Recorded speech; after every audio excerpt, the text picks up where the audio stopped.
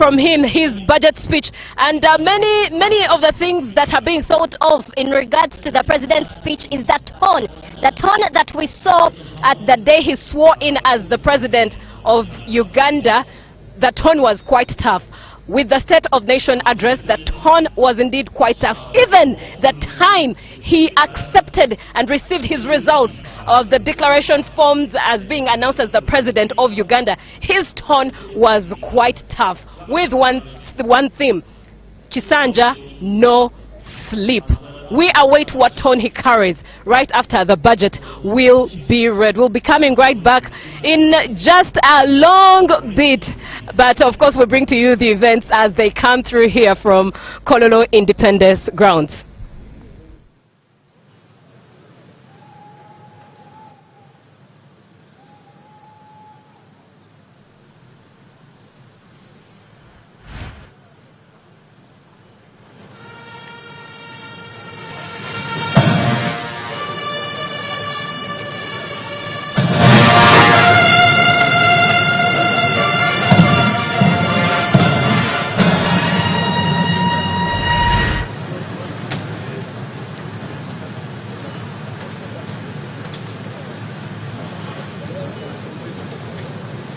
His Excellency the President has been received with fanfare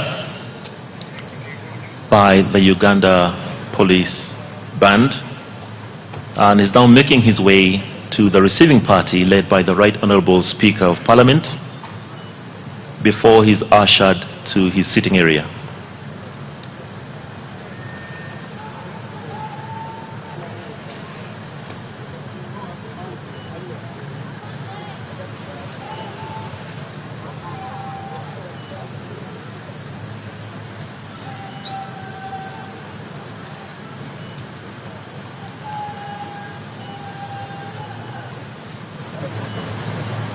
So His Excellency is waving a greeting to all of Parliament. Could we receive him warmly, please?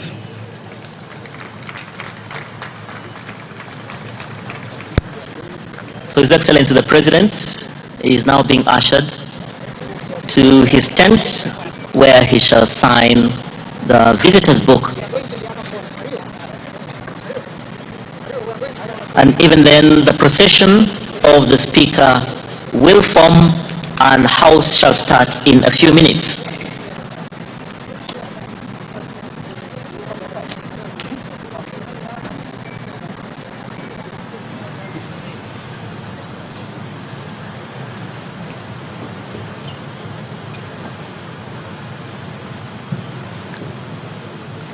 So for those of you who cannot see from where you are, His Excellency the President is signing the visitor's book. It's traditional that every time that Parliament hosts a guest At the level of His Excellency the President, they will sign in the visitor's book. Now this is a very special day.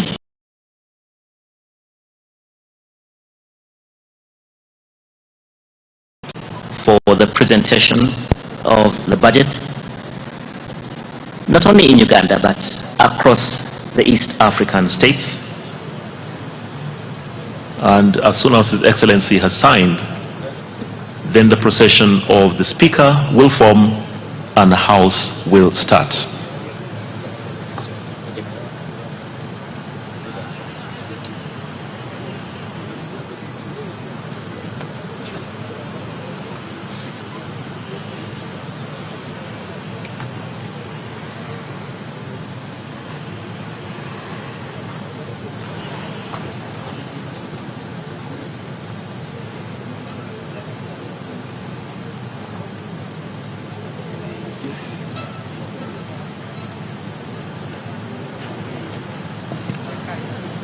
Could you please rise to your feet as we prepare for the procession of the Speaker and the different items on our order paper. Thank you.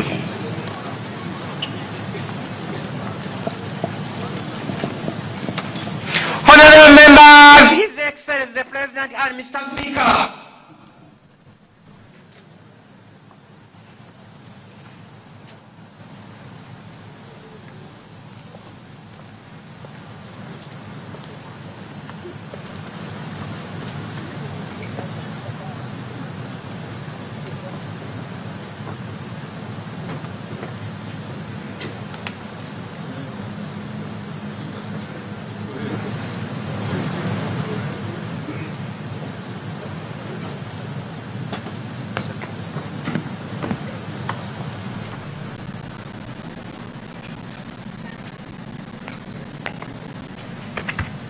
the anthems.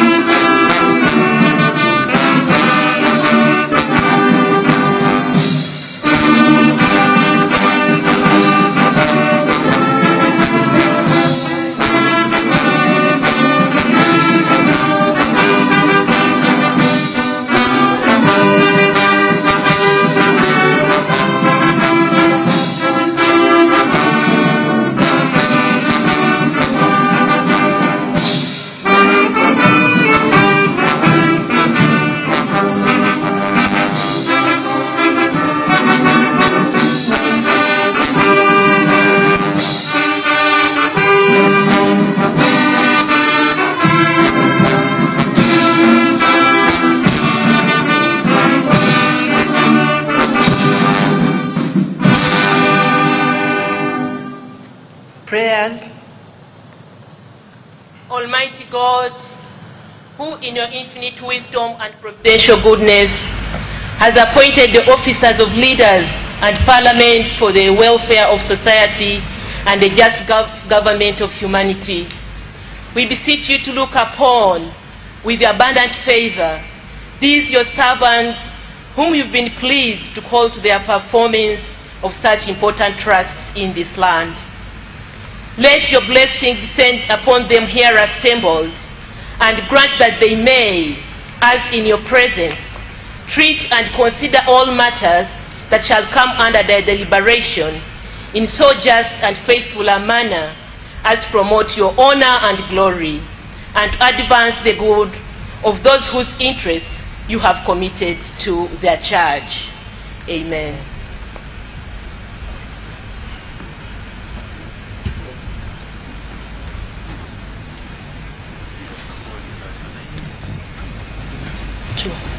Proclamation.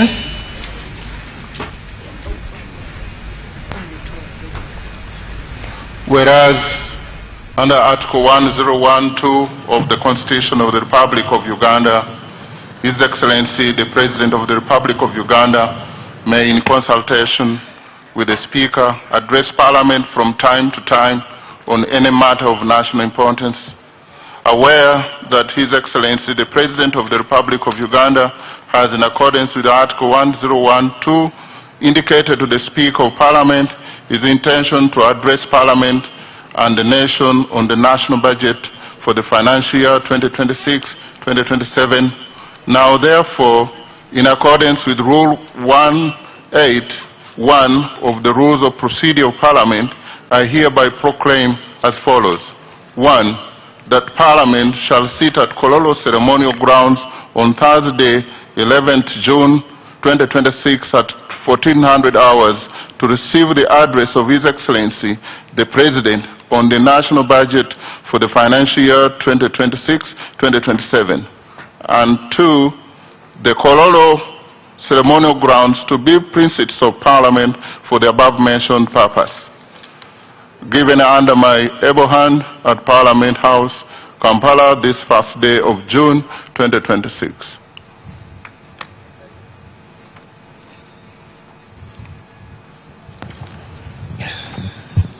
Administration of oaths.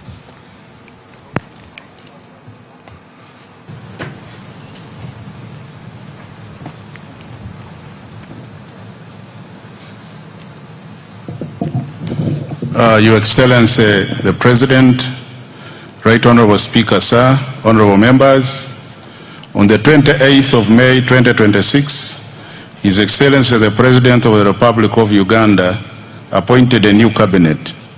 Among those appointed were non-members of Parliament who were duly approved by the Parliamentary Appointments Committee and sworn in as ministers.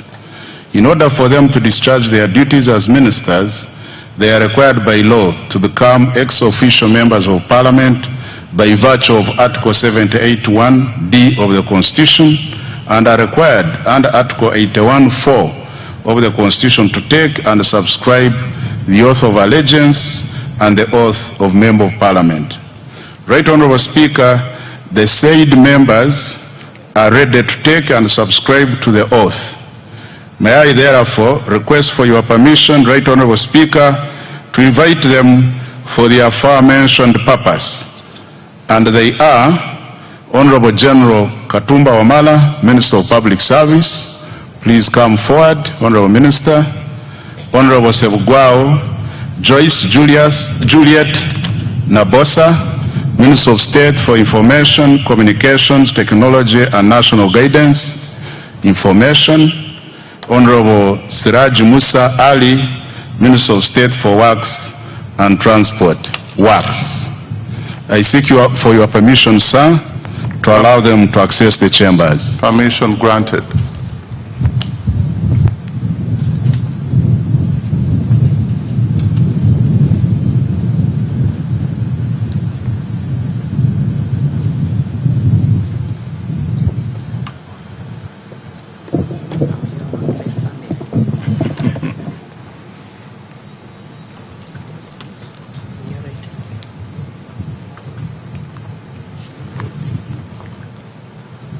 I, General Edward Katumba Wamala, swear in the name of the Almighty God that I will be faithful and bear true allegiance to the Republic of Uganda, and that I will preserve, protect, and defend the Constitution.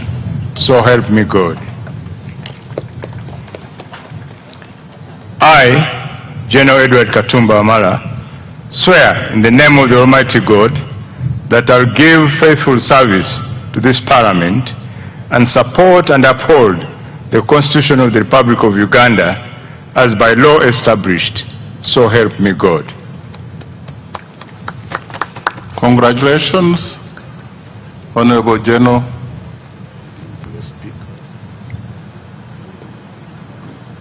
And welcome back to the House. Thank you. You'll need to append your signature to confirm that oath you've just made, and you'll receive a copy of the Constitution and the Rules of Procedure to enable you execute your duties as a Member of Parliament. Kindly turn it.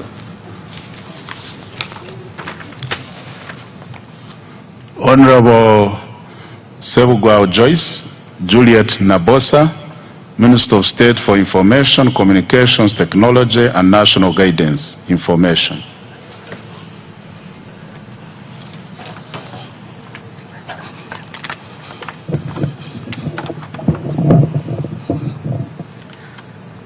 I, Joyce Juliet Nabosa Sebugwao, swear in the name of Almighty God that I will be faithful and bear true allegiance to the Republic of Uganda, and that I will preserve, protect, and defend the Constitution, so help me God. I, Joyce Juliet Nabosa Sebugwao, swear in the name of Almighty God that I will give faithful service to this Parliament and support and uphold the Constitution of the Republic of Uganda as by the law established. So help me God.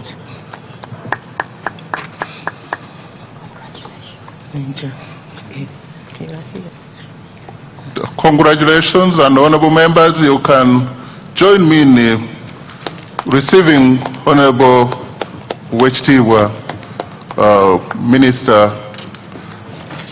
Congratulations, Mama, for catching the eye of the appointing authority. You will append your signature somewhere here to affirm, to attest to the oath you've just made, and they will give you a copy of the Constitution and the rules of procedure to enable you execute your mandate as a member of Parliament, with all rights except for voting.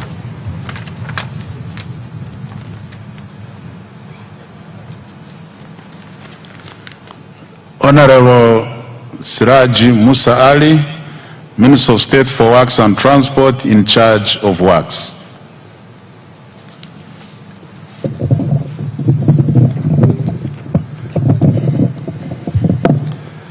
I, Siraj Musa Ali, swear in the name of the Almighty God that I will be faithful and bear true allegiance to the Republic of Uganda, and that I will preserve, protect, and defend the Constitution, so help me God.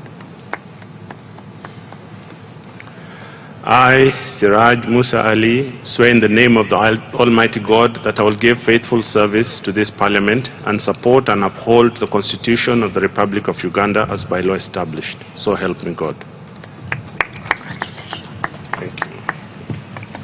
Congratulations, Honorable Siraji Musa Ali, upon your appointment and upon making your oath. We have place for you there and another place down. We have a copy of the Constitution and the rules of procedure of this House that will enable you to execute your mandate as a member of Parliament. Congratulations once again.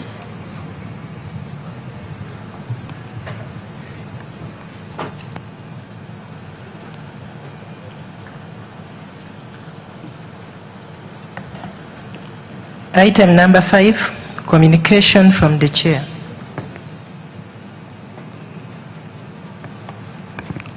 Your Excellency, the President of the Republic of Uganda, General Yoweri Kaguta Museveni, Her Excellency the Vice President, Major Retired Alupo Jessica Ipel, the Right Honorable Deputy Speaker,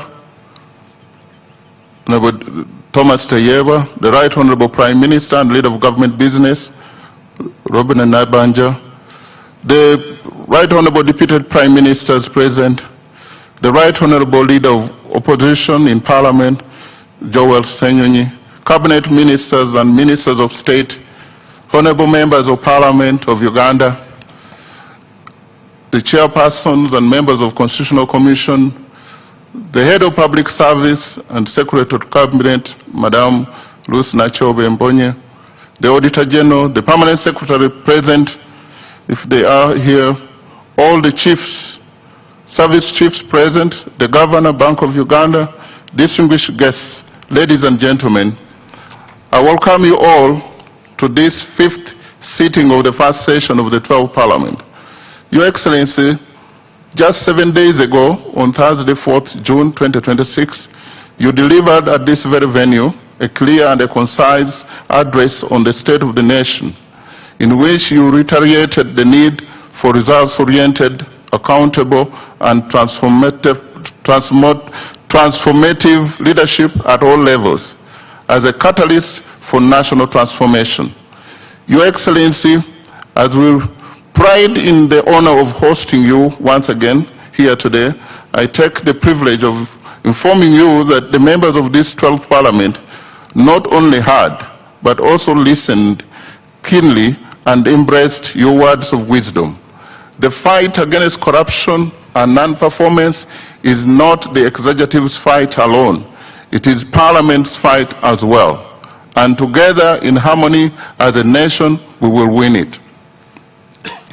Honorable members, during today's sitting, His Excellency the President will deliver the budget speech for the financial year 2026-2027 in fulfillment of his constitutional obligation under Article 1151 of the Constitution of Uganda, which states that the President shall cause to be prepared and laid before Parliament in each financial year, but in any case not later than the 15th day before the commencement of the financial year, estimates of revenues and expenditures of government for the next financial year. Honorable members,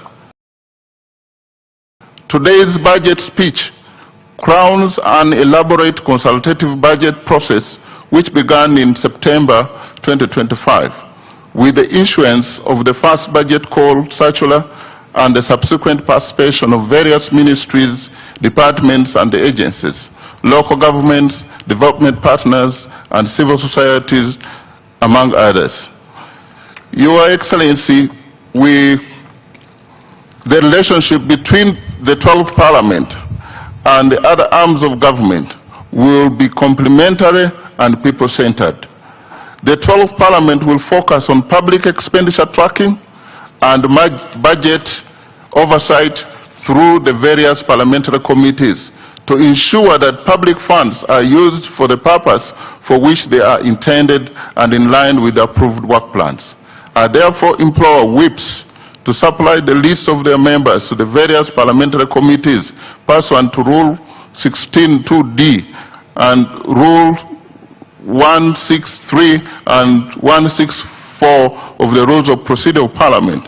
This will pave way for the timely operationalization of our committees. Your Excellency and honorable members, the 12th Parliament will empower its committees to effectively support government programs through efficient and effective monitoring, or especially through the high-impact projects under the National Development Plan 4. These core flagship projects are strategic catalysts for our tenfold growth strategy. In addition, members of Parliament will strengthen oversight of government wealth creation and development funds under the parish development model, Uganda Women's Entrepreneurship Program, IMIOGA, among others. The 12th Parliament is firmly aligned to the government's objective of moving the approximately 38% of our population from subsistence to the formal money economy. Your Excellency and honorable members, the legislature looks forward to a productive financial year 2026-2027 in line with our national development aspiration. I thank you for your kind attention.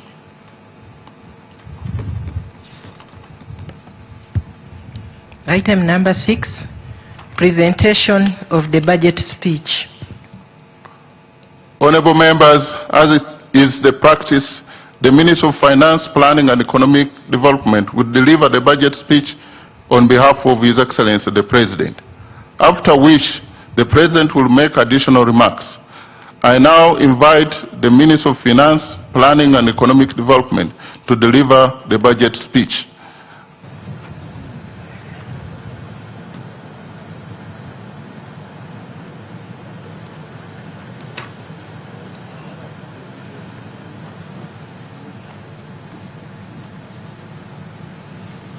Thank you, Right Honorable Speaker, for the opportunity granted.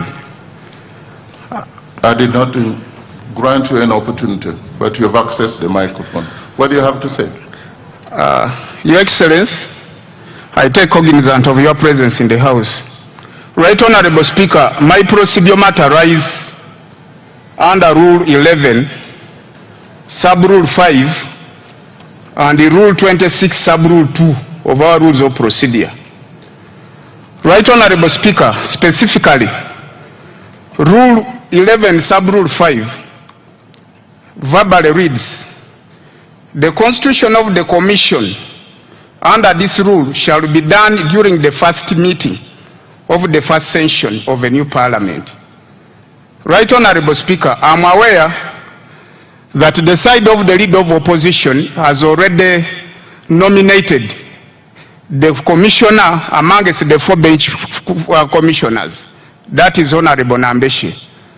But the side of the government, we have not seen any commissioner. Since the government chief whip is in place, isn't it procedural right that we constitute this house to its fullest, so that to mandate its function? Right Honorable Speaker, the house looks to move in a half. It's in amoeba shape, in a Mongolo shape. And this is the mother of corruption, Right Honorable Speaker. In line with Rule 26 of our Rules of Procedure, the rules are clear that in formation of the order paper for every sitting, there must be the business committee in consultation to your consent to come up with the order paper that the House has to follow. I'm wondering, Right Honorable Speaker, if it's not risky on your side, determining the entire task of the business committee just on your shoulder. And the members, if we move the House in such a manner, I don't know whether we shall be respecting our own rules. Right Honorable Speaker, it is to my humble prayer and request, in line with the procedural matter raised, that the entire businesses this House has heard be rendered null and void, and we constitute the House to its fullest to carry on its function as mandated in law. Thank you, Right Honorable Speaker. I want to thank you, Honorable Member from Bale. We all now know that he's a second-year law student. He's very, very vigilant. And this is the session for, and let me give guidance to the member so that nobody else makes the same mistake. This is the first meeting, and the first meeting has sittings. This is the 5th sitting of the first meeting. Now the honorable member thinks that Rule 11, as stipulated here, is referring to the sitting. This is the first meeting of the 5th sitting of the first meeting of the first session of the 12th Parliament. We need induction clerk very quickly and urgently to help members know the difference between a sitting and a meeting of Parliament. On the constitution of the, that's on the constitution of the Parliamentary Commission. On the order of business, Parliament is forming. I have no doubt that the clerk, as even of today, has written, and let me take the same opportunity to tell the government chief whip and the leader of opposition that we need lists, which I even communicated here, of all committee members and leadership and the commission. We need that urgently before the 26th of this month. There is nothing null and void except the statement made in a wrong way. Next item.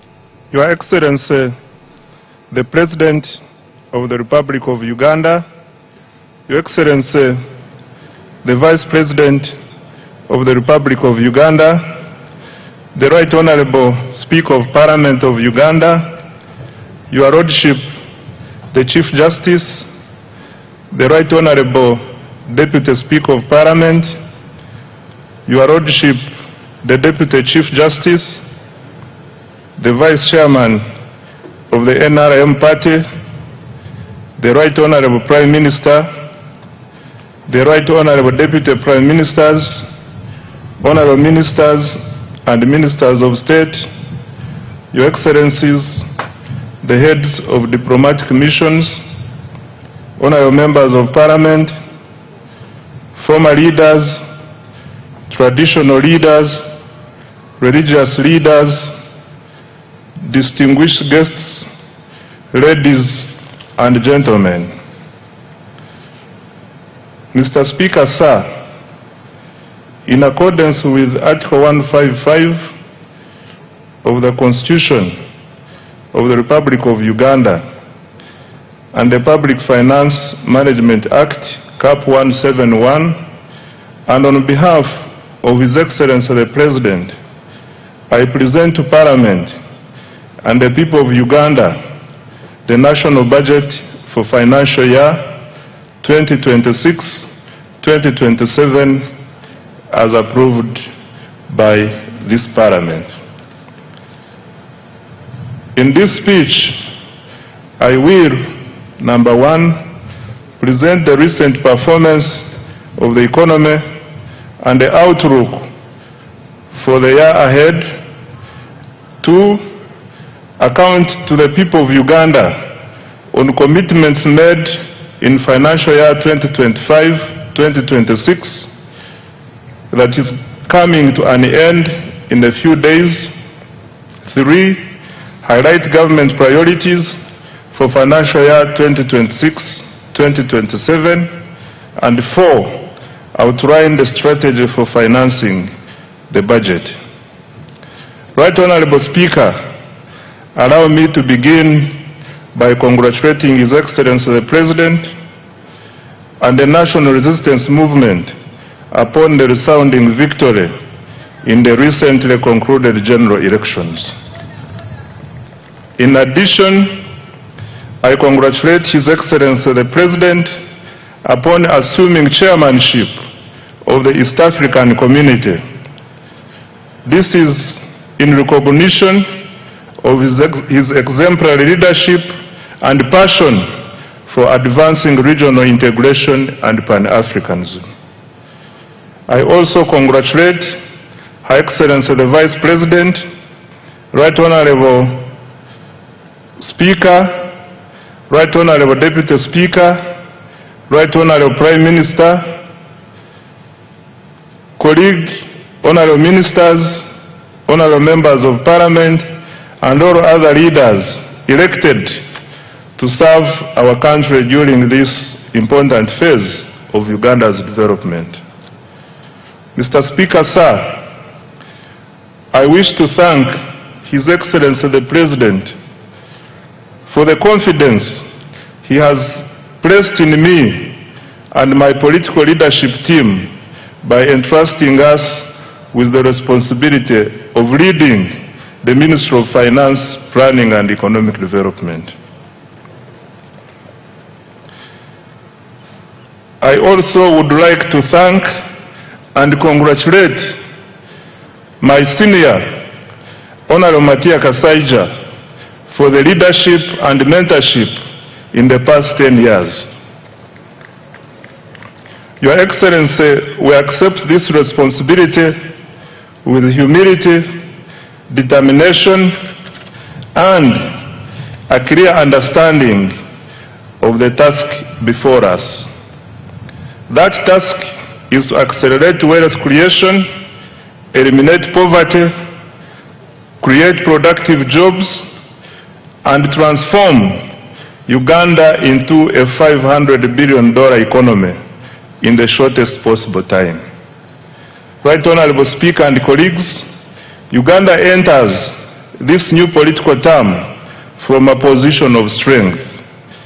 Unlike many previous election cycles that were characterized by high inflation, exchange rate instability, and macroeconomic uncertainty, our economy remains stable and resilient and is growing rapidly.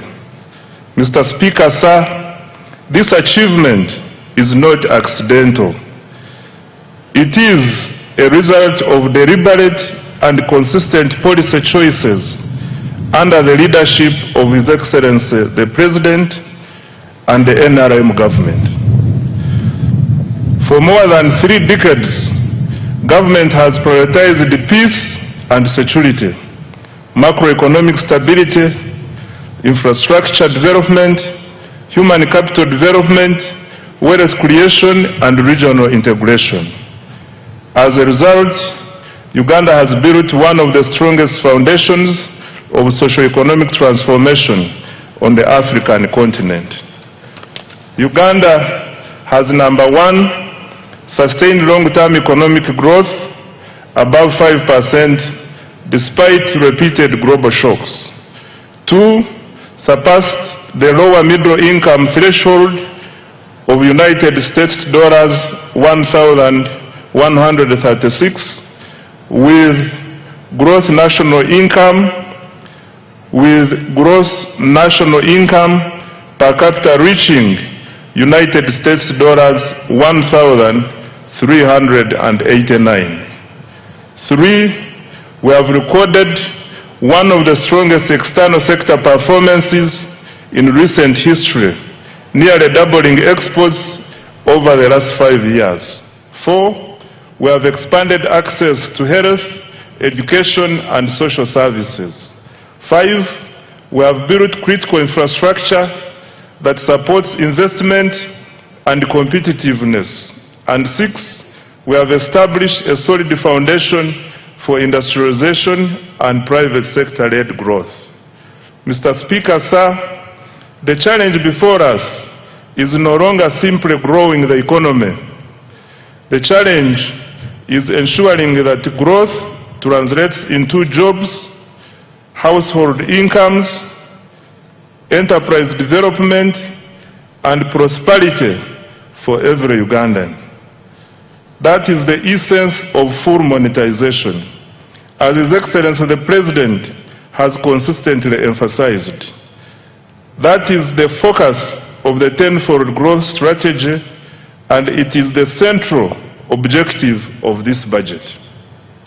Mr. Speaker, sir, financial year 2026-2027 marks the commencement of the implementation of the NRM manifesto.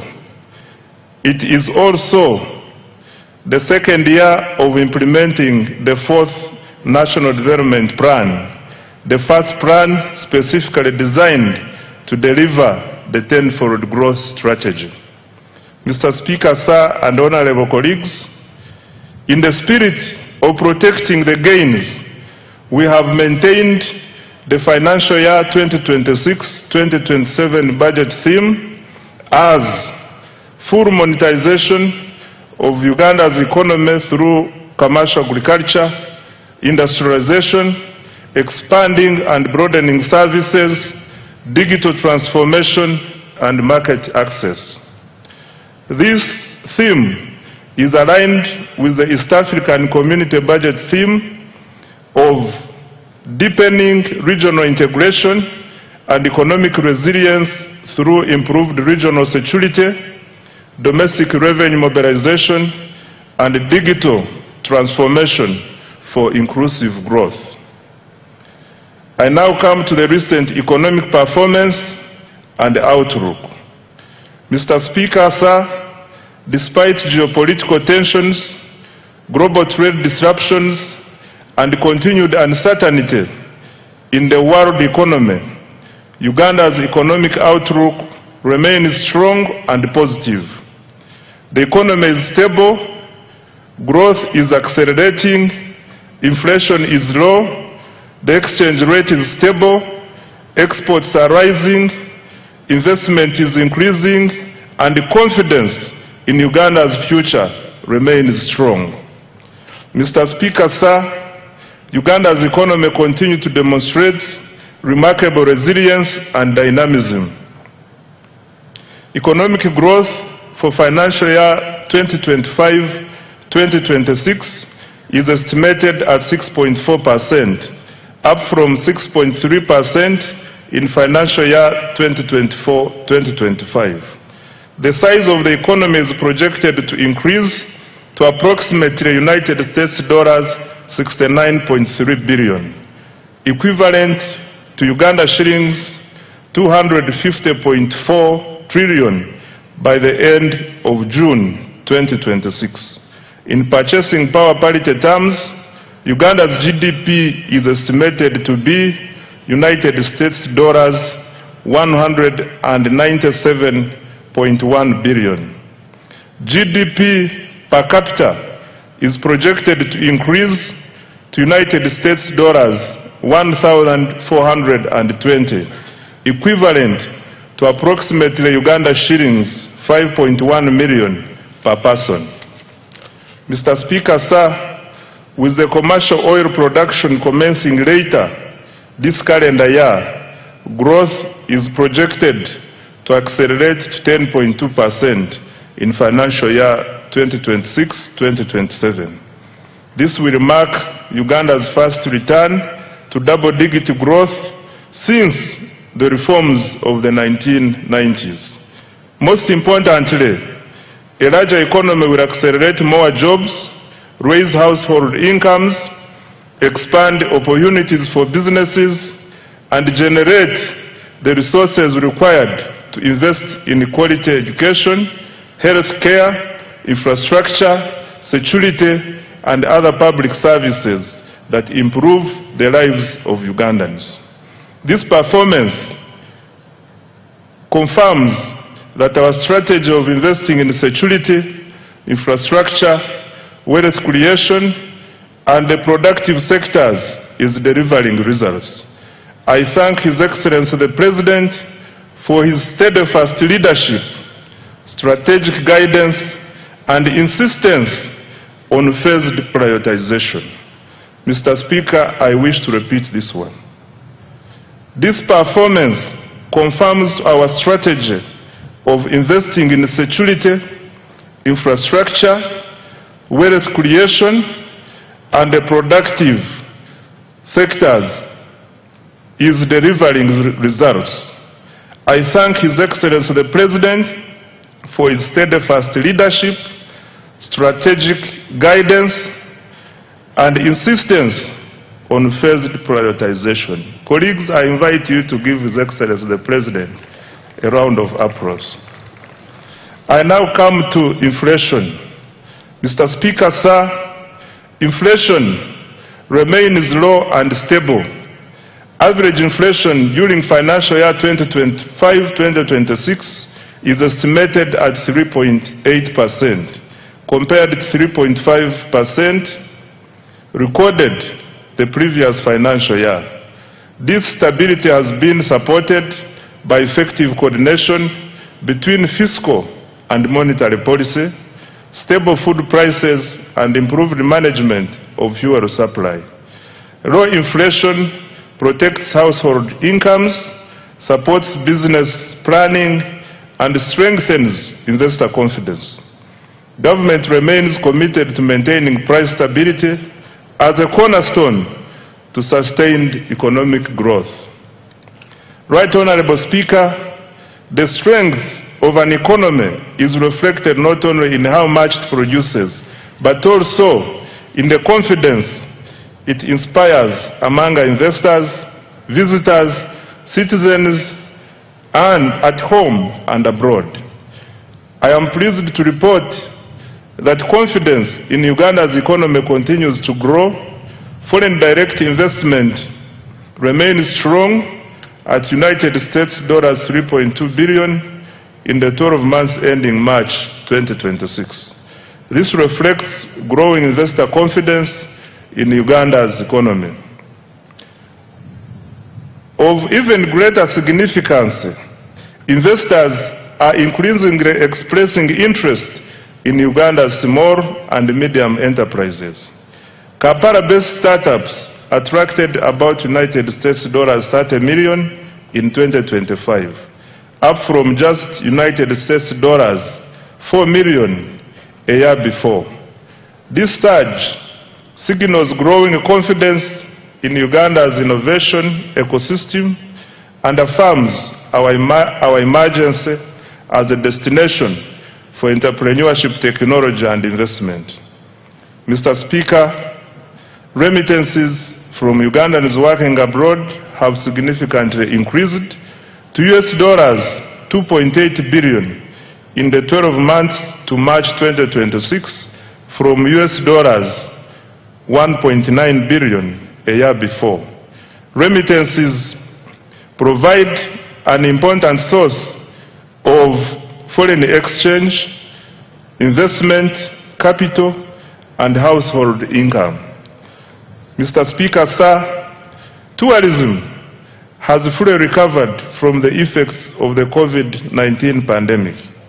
Tourism receipts increased to United States dollars 1.86 billion in 2025, compared to United States dollars 1.4 billion in 2018-2019, before the COVID pandemic.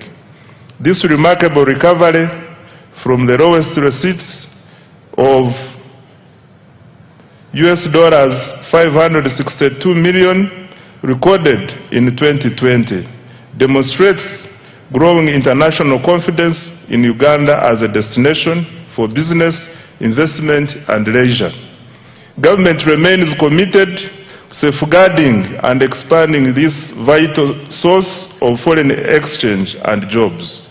By increasing investment in tourism infrastructure, the sector, security, and our missions abroad to effectively advance economic and commercial diplomacy. Mr. Speaker, sir, the Uganda shilling remains one of Africa's best performing freely floating currencies. This stability reflects prudent macroeconomic management, a liberalized foreign exchange regime, and a strong foreign exchange inflows from exports, tourism, foreign direct investments, portfolio inflows, and remittances. As a result, Uganda's foreign exchange reserves are now at United States dollars 6 billion.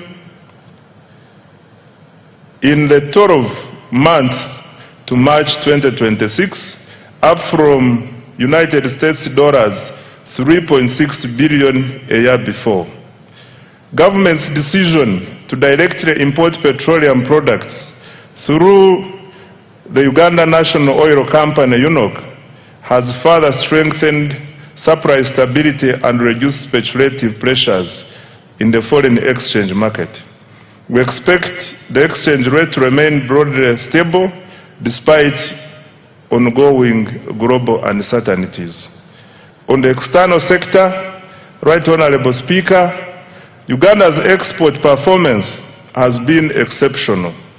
Over the last 5 years, exports of goods and services have increased by approximately 204%.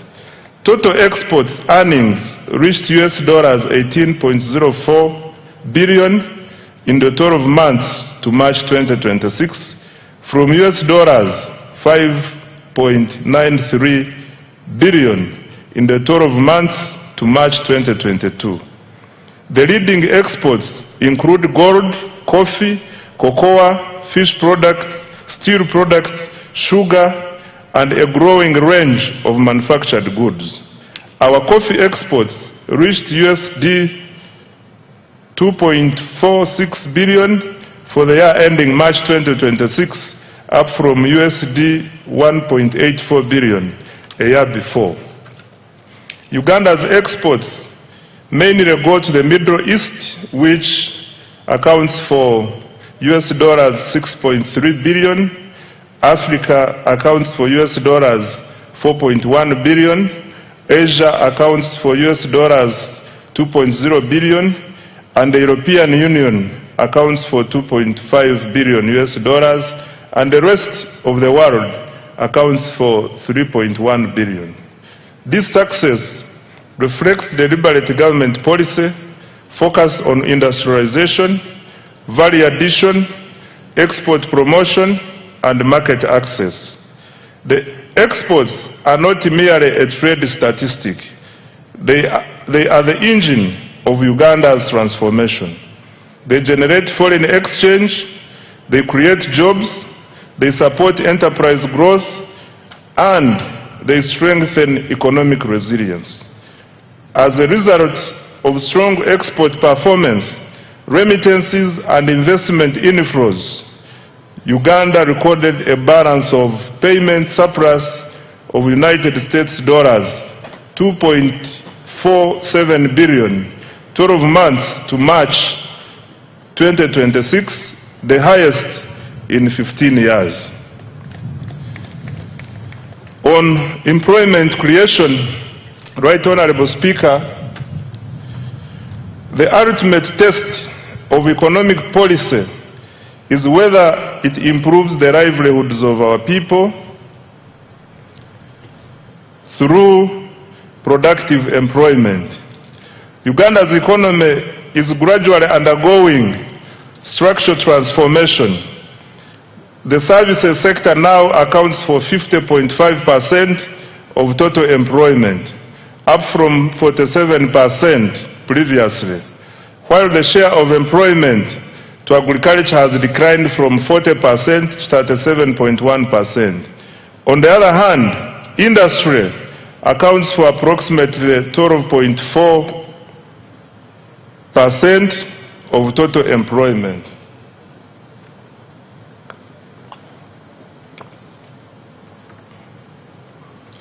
These shifts are good and are consistent with the structural transformation experienced by today's rich economies, which moved from raw to higher productivity sectors. Mr. Speaker, sir, the capacity of our economy to generate formal employment continues to improve. Employment in private formal establishments has increased by 245%, from approximately 672,300 workers in financial year 2016-2017 to over 2,319,683 workers in financial year 2024-2025. This is in addition to the 503,738 public sector jobs and 10,513,014 informal jobs reported in April 2026. This growth in jobs confirms that Uganda's economy is not only growing but also creating productive jobs for Ugandans. This is on account of deliberate government interventions to create jobs through industrialization and wealth creation. However, creating more productive jobs for our rapidly growing population remains an urgent economic priority. This is why government is investing in ATMs and enablers to create jobs at a scale, especially for young people. Going forward, every major intervention in the national budget will ultimately be judged by its contribution to jobs, incomes, and improved livelihoods. On fiscal performance, Mr. Speaker, sir, government's capacity to finance its development agenda using domestic resources continues to strengthen. This financial year, domestic revenue collections are projected at Uganda shillings 35.7 trillion, compared to Uganda shillings 32.3 trillion collected the previous financial year. Mr. Speaker, this financial year 2025-2026, domestic revenue from taxes, non-tax revenues, and local government revenues funded up to 80.9% of the total discretionary budget of Uganda shillings 44.1 trillion. The discretionary budget includes all funds allocated to implementing programs excluding debt and other government obligations. This represents significant progress towards fiscal self-reliance and reduced dependence on external financing. Mr. Speaker, sir, increasing domestic revenue is not merely a fiscal objective. It is a sovereignty objective. A country that finances its development from its own resources enjoys greater policy independence, resilience, and sustainability. Therefore, government will continue to strengthen domestic revenue in line with the domestic revenue mobilization strategy, while preserving incentives for investment, production, and enterprise growth. In financial year 2026-2027, domestic revenue is projected to increase to Uganda shillings 45.6 trillion from Uganda shillings 35.7 trillion in financial year 2025-2026, equivalent to 15.9% of GDP. The additional resources will support investments in the wealth creation, ATMs, and their enablers. I now come to public debt, Right Honorable Speaker. Mr. Speaker, as of December 2025, Uganda's total public debt stood at United States dollars 34.86 billion, equivalent to approximately Uganda shillings 126.19 trillion. Of this, external debt amounted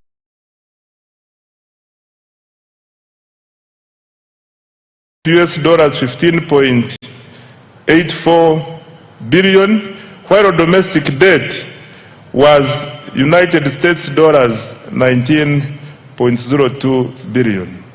This translates into a debt to GDP ratio of approximately 53.0%. Mr. Speaker, public debt should always be assessed alongside the assets it finances and the economic returns it generates. Over the past 10 years, Uganda's debt has financed strategic investments that are transforming the productive capacity of our economy. These investments include, number one, integrated transport infrastructure, which accounts for 31.1% of the debt. Number two, electricity infrastructure, which accounts for 19.3%. Three, water infrastructure, which accounts for 10.3%. Four, agro-industrialization, which accounts for 9.2%. Five, education and health, which accounts for 7.7%. Six, housing and urban development, which accounts for 6.3%. Seven, industrial parks and industrial development, which accounts for 2%, and other investments such as national backbone infrastructure to extend internet, STI, and regional development, which accounts for 7.0%. Mr. Speaker, Uganda's public debt remains sustainable and is projected to stay so over the medium and the long term. Accountability for financial year 2025-2026 and priorities for financial year 2026-2027. Mr. Speaker, when the budget for financial year 2025-2026 was presented last year, government made several commitments aimed at accelerating monetization of the economy and implementing the tenfold growth strategy. The budget focused on 3 broad areas, namely, number 1, wealth creation programs, 2, strategic investments in the ATMs, and 3, investment in the key enablers of growth. I am pleased to report that substantial progress has been made in all the 3 areas above. On wealth creation, Mr. Speaker, the foundation of Uganda's economic transformation is ensuring that every Ugandan participates in the money economy. Government, therefore, has continued to invest in programs that expand access to affordable capital, strengthen enterprise development, and increase household incomes. To date, government has invested close to Uganda shillings 11 trillion directly into wealth creation initiatives targeting households in subsistence economy, farmers, youth, women, and businesses.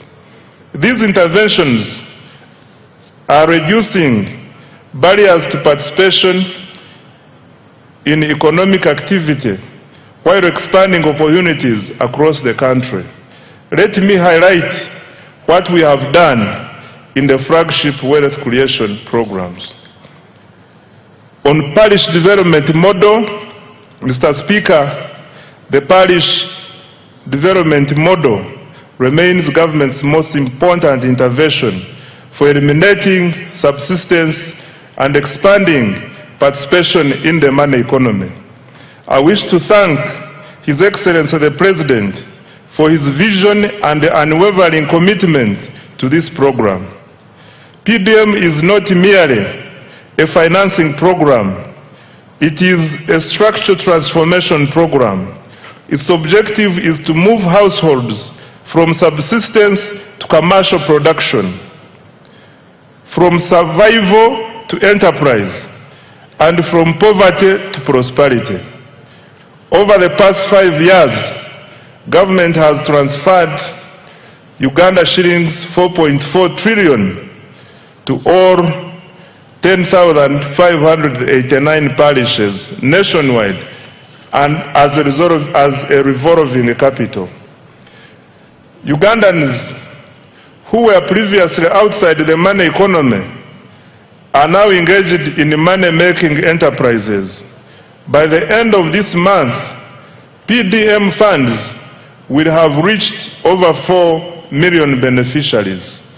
The PDM is raising household incomes, improving food security, and creating local economic opportunities for Ugandans who previously relied on subsistence production. Mr. President, thank you for your visionary leadership. The next phase of the PDM will focus on boosting productivity, strengthening value addition, and improving market access for the PDM beneficiaries. My ministry will seek policy guidance to ensure that the underserved and densely populated parishes, particularly in urban areas, receive adequate funding. Equally important, we will begin a gradual deliberate transition from government transfers to a self-sustaining financial ecosystem. Ultimately, a PDM bank underpinned by strong repayment performance, governance, and value chain development. I now come to other wealth creation programs. Mr. Speaker, in addition to the PDM, government has continued supporting enterprise development through other wealth funds, namely, 1, Emyoga. Government has capitalized the program with Uganda shillings 760 billion in revolving funds. To date, 7,148 Emyoga circles have been established with over 2.48 million members and cumulative savings of Uganda shillings 95.3 billion. An additional Uganda shillings 100 billion has been allocated in financial year 2026-2027. Number two, Katale Loan Facility. The government, through the Microfinance Support Center, introduced this wealth fund to expand access to affordable working capital for market vendors and urban informal operators. It is currently piloted in 6 major markets within the Kampala metropolitan area and will be rolled out nationwide in financial year 2026-2027. The piloted markets are St. Valikudembe, commonly known as Owino, Nakawa, Karerwe, Busega, Nakasero, and Gava markets. The facility is providing working capital loans at an interest rate of 8% per annum. 3. The Small Business Fund. This fund, initially called the Small Business Recovery Fund, was established in 2021 to help small businesses affected by COVID-19 to recover. The fund has disbursed over Uganda shillings 82.1 billion to more than 4,031 small and medium enterprises. It provides affordable financing of up to Uganda shillings 500 million at a 10% interest rate to formal enterprises employing at least 2 people. 4 is the Agricultural Credit Facility. Government has invested a total of Uganda shillings 371.7 billion in the facility as a co-financing with participating financial institutions. The facility has cumulatively disbursed Uganda shillings 1.35 trillion to more than 14,000 beneficiaries.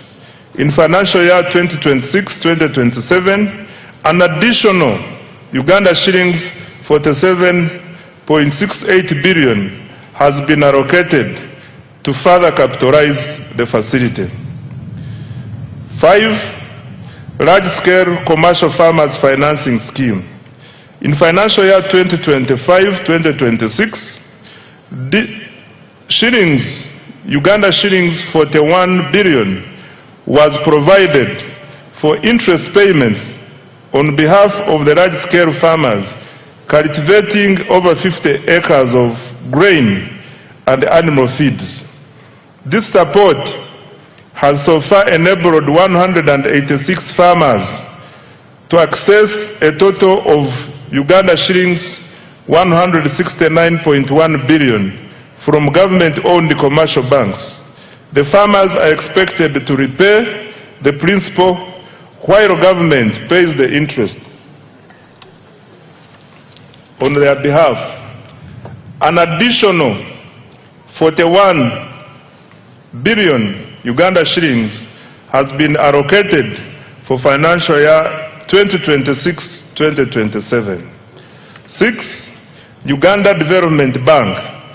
Government has cumulatively capitalized Uganda Development Bank with shillings 1.6 trillion to provide long-term patient capital to strategic sectors vital for industrialization and value addition.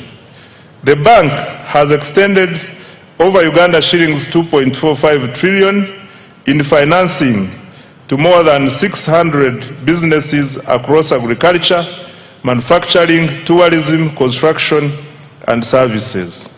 An additional Uganda shillings 442.2 billion has been allocated in financial year 2026-2027 to further capitalize Uganda Development Bank. 7. GROW and other women funds. Through the World Bank financed GROW project, Uganda shillings 133.14 billion in soft loans has been extended to 6,584 women-owned businesses support their transition from informality.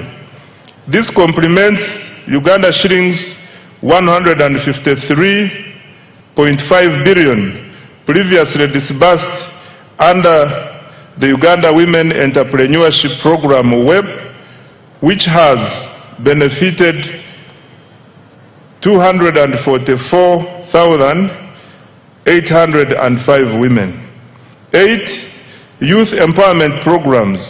The Youth Livelihood Program has financed 24,859 projects benefiting 275,034 youth at a cost of Uganda shillings 195.4 billion, while 57,849 youth have benefited from the Youth Venture Capital Fund.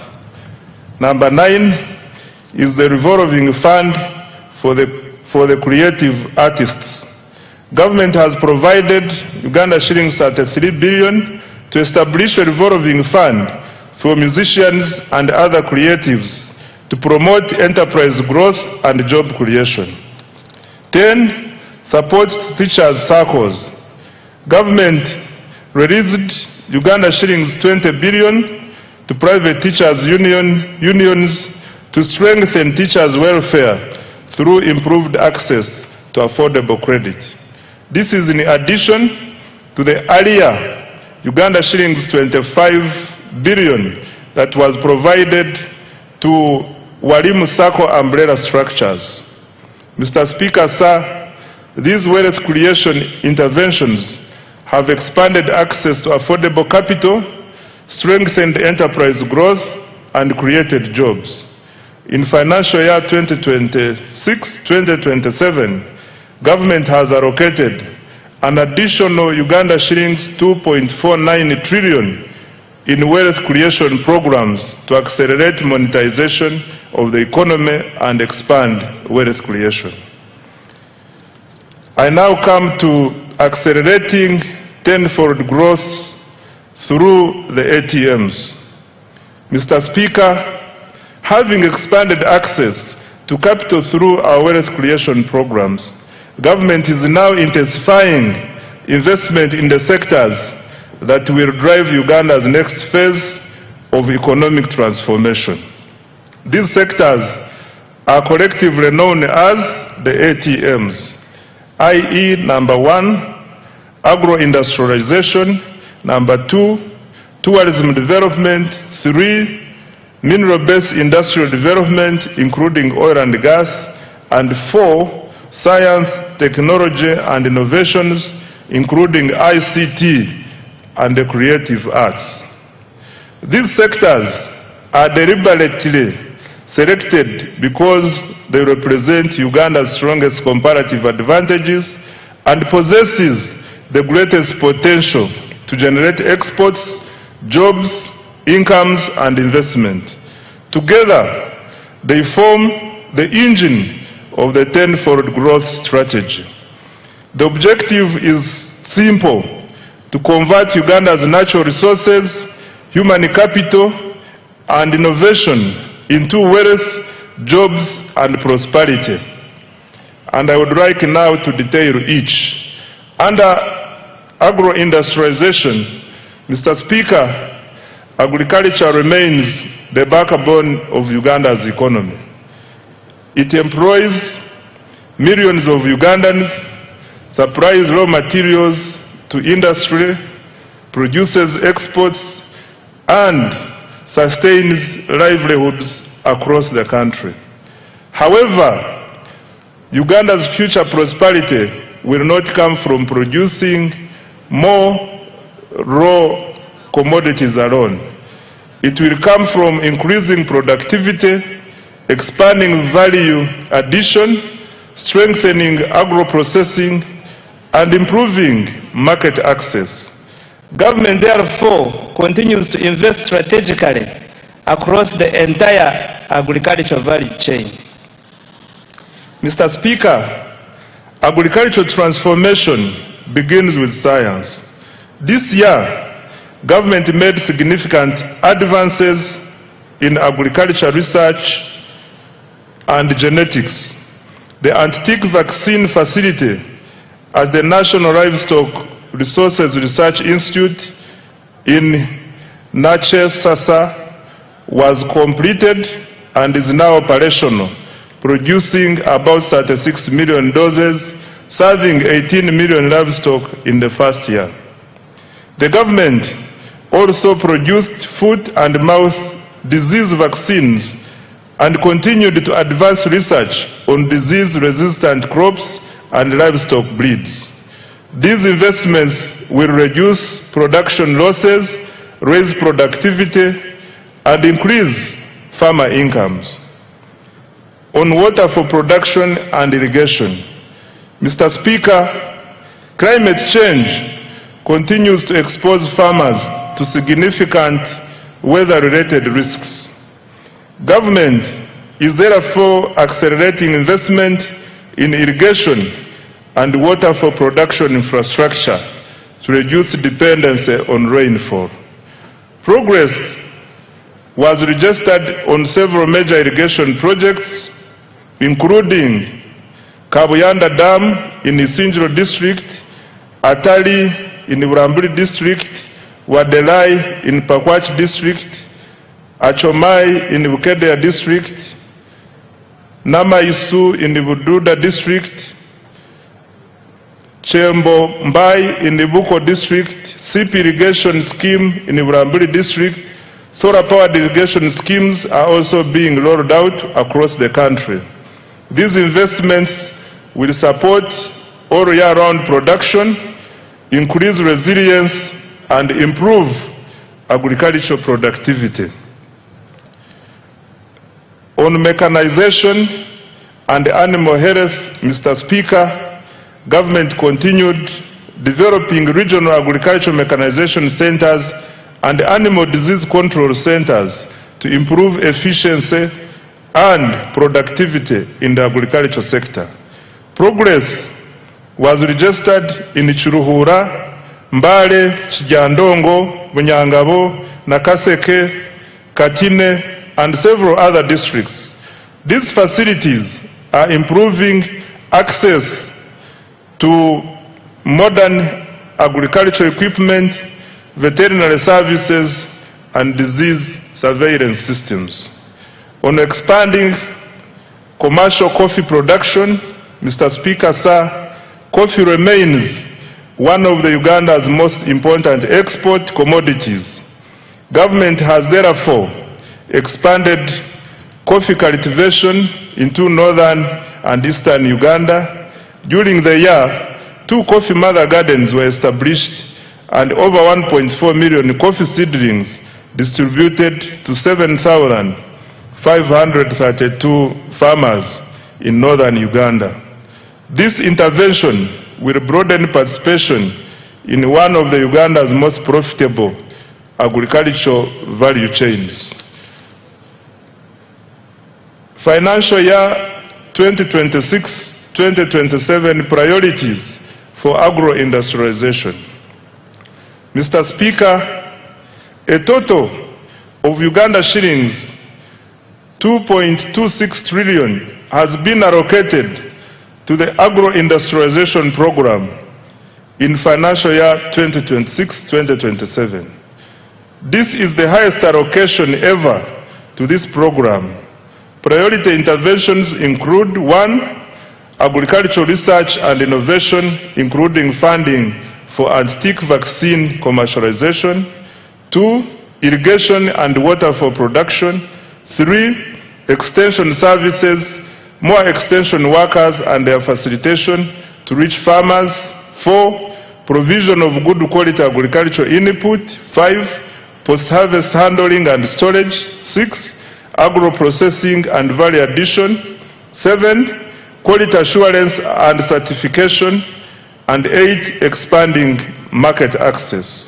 The objective is to move Uganda from exporting raw commodities to value addition agricultural products. On tourism development, Mr. Speaker, sir, tourism is one of Uganda's most powerful export industries. It generates foreign exchange, it creates jobs, it supports thousands of enterprises, and showcases Uganda to the world. The following achievements have been registered this financial year. Uganda's global tourism visibility is at an all-time high, driven by the aggressive destination marketing under the Explore Uganda, the Pearl of Africa brand, the country's growing international profile, and industry endorsements are evident in its recent global presence and awards. In the North America market, Uganda won the Best in Show Africa at the 2026 New York Travel and Adventure Show, bolstered by endorsements from the renowned travel journalists. In the Asian market, the country won the Best Exquisite Destination Award at the Outbound Travel Mart in Mumbai and gained strong visibility at the South Asia's leading travel and tourism exhibition in New Delhi. Mr. Speaker, government has intensified the international marketing of destination Uganda through participation in major tourism exhibitions and targeted promotion campaigns in Europe, the United Kingdom, North America, Asia, East Africa, and North Africa. Government also leveraged high-profile platforms, including the Africa Cup of Nations AFCON 2025 tournament in Morocco and the 2025 World Travel Market in London, showcase Uganda's tourism potential and attract visitors. In addition, Uganda successfully secured a bid to host 2 international conferences, further strengthening its position as a preferred destination for meetings, incentives, conferences, and exhibitions. Uganda also launched the economic and commercial diplomacy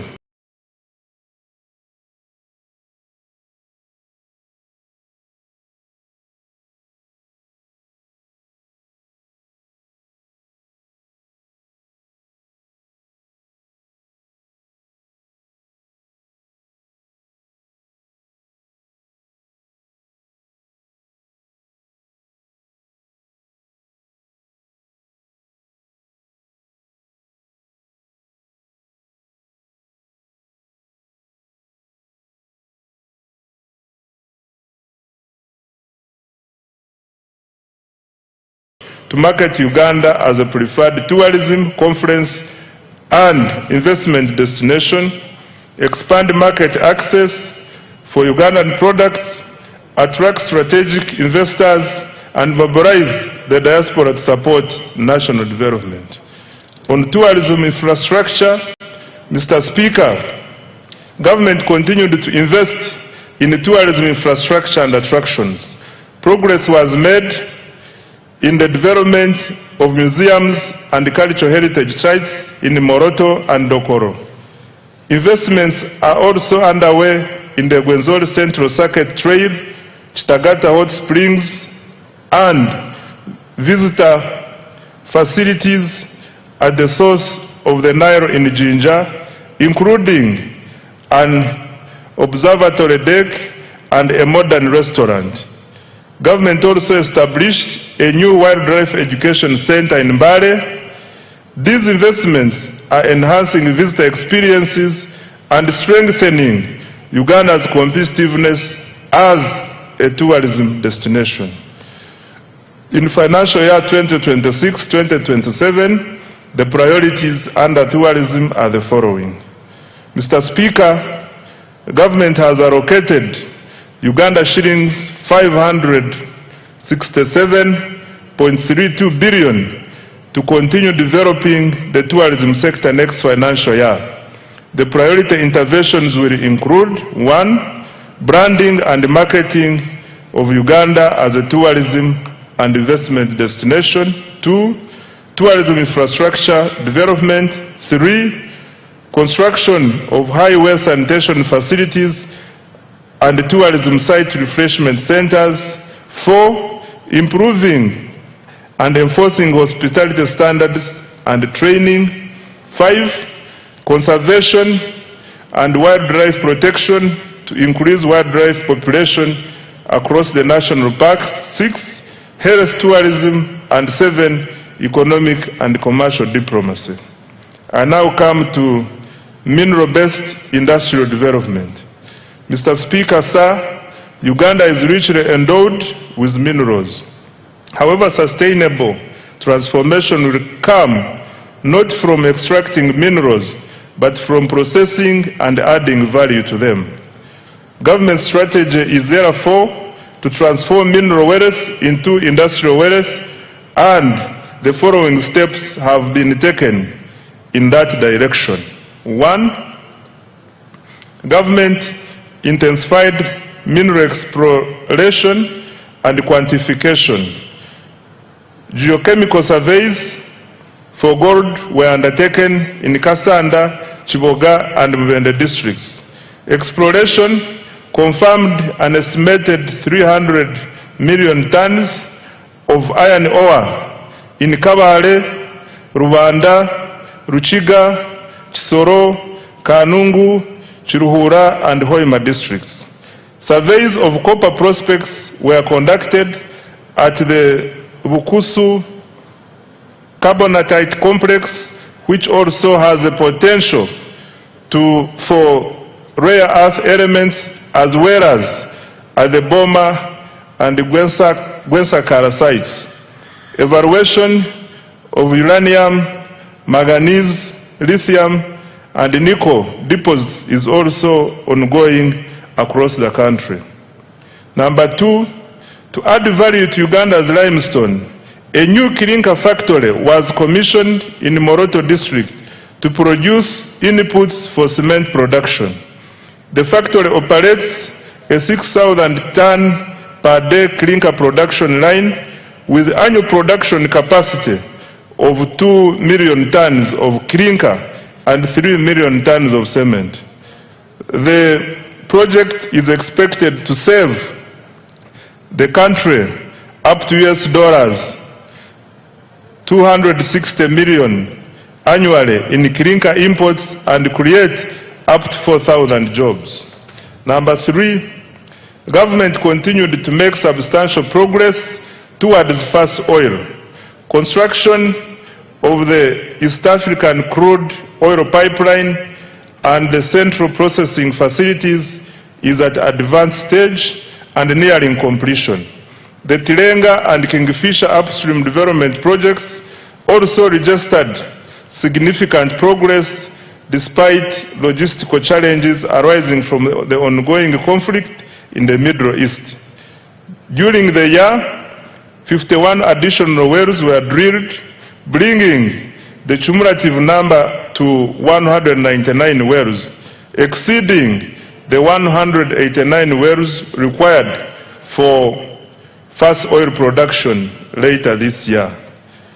4, government completed the first phase of Kabalega International Airport, providing critical logistics, infrastructure to support oil and gas development, tourism, trade and investment in the Albertine region. Number 5, through the Uganda National Oil Company, government continued the bulk procurement of petroleum products. This has strengthened fuel security and ensured uninterrupted supply despite disruptions in global energy markets. Consequently, Uganda experienced minimal fuel price volatility compared to several countries in the region. 6, in addition, government through UNOC acquired a 20.15% stake in the Kenya Pipeline Company. This is a strategic investment to strengthen Uganda's energy security and enhance the reliability of fuel supply. Given that over 95% of Uganda's refined petroleum products are imported through the Kenyan corridor, this investment will help secure access to critical petroleum infrastructure and support more predictable fuel supply and pricing. Financial year 2026-2027 priorities for minerals and oil and gas. Mr. Speaker, sir, Uganda shillings 473.51 billion has been allocated for mineral-based industrial development, mining, and oil and gas. And the priority areas include, number 1, continued mineral exploration, quantification, and certification. Number 2, continued capitalization of the National Mining Company. 3, establishment of the mineral market and buying centers. 4, operationalization of ECOP. And 5, development of the oil refinery. I now come to science, technology, and innovations. Right Honorable Speaker, no country has achieved rapid economic transformation without innovation. Science, technology, and innovation, including ICT and the creative arts, are critical drivers of productivity, industrialization, and competitiveness. They provide the tools to modernize production, create high-value jobs, and expand Uganda's participation in the global knowledge economy. For Uganda to achieve a tenfold expansion of the economy, STI is going to be at the center of our development strategy. Mr. Speaker, commissioning the Chira vehicle plant in Ijinja marked a major milestone in Uganda's industrialization journey and demonstrates the country's growing technological capabilities. The plant has the capacity to produce up to 2,500 buses annually. Despite being in its early stages of operation, Chira Motors has already made bus sales worth Uganda shillings 21.6 billion and received orders for 450 buses from Uganda and the region.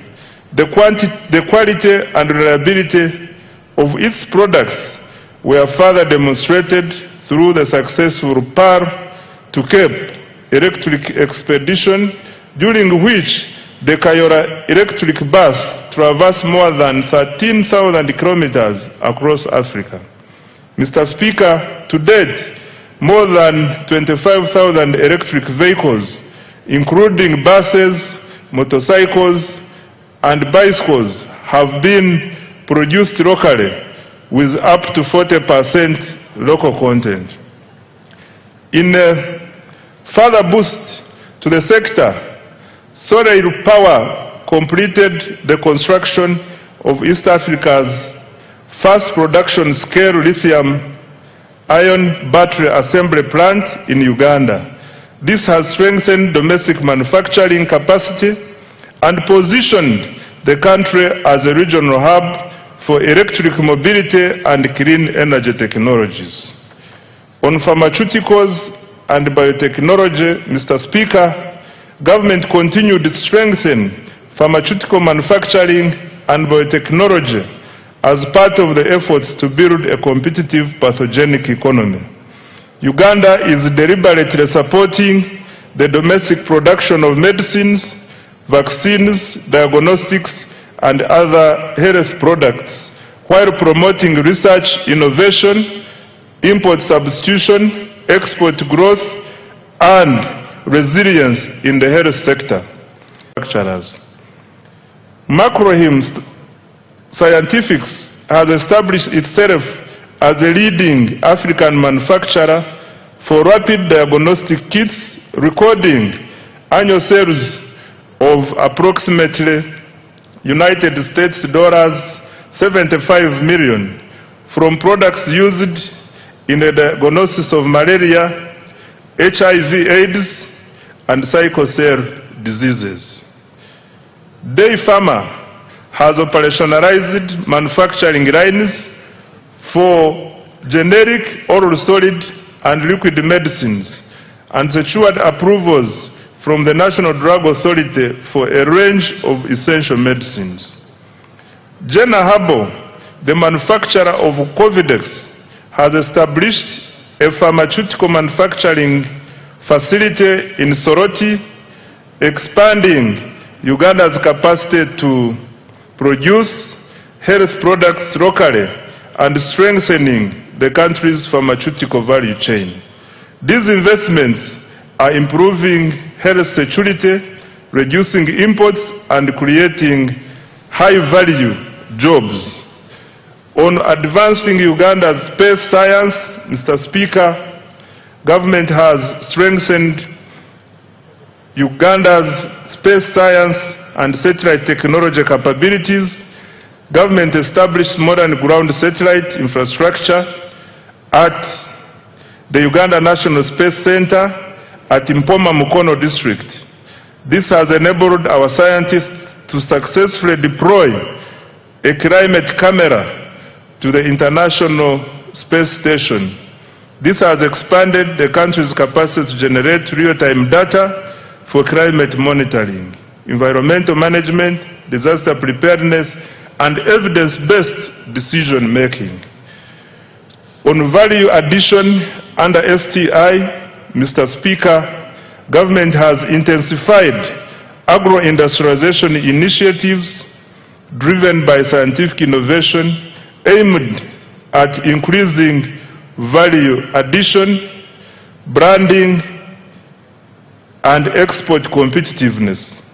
The Banana Value Addition Facility by Professor Mranga strengthened its production capacity for banana value-added products and fulfilled export orders from South Korea, Saudi Arabia, Qatar, and Italy. In addition, government has invested in the establishment of the Coffee Park in Ntungamo. The Africa Coffee Park has innovated 18 products of value-added coffee ready to go into the market for roast, freeze-dry, and spray-dry high-level technology. On digital transformation, Mr. Speaker, government continued expanding digital infrastructure to improve the availability, reliability, affordability of ICT services, as well as access to the services. During the year, an additional 879 kilometers of fiber optic cable were installed, bringing the national fiber backbone to approximately 62,941 kilometers. As a result, internet costs declined from $70 to $35 per megabyte per second. Active mobile internet subscriptions stand at 18.5 million, while the number of smartphones connected to Ugandan network has reached 20 million. Total registered mobile telephone subscriptions have reached 57.3 million, placing Uganda among the most connected markets in the region.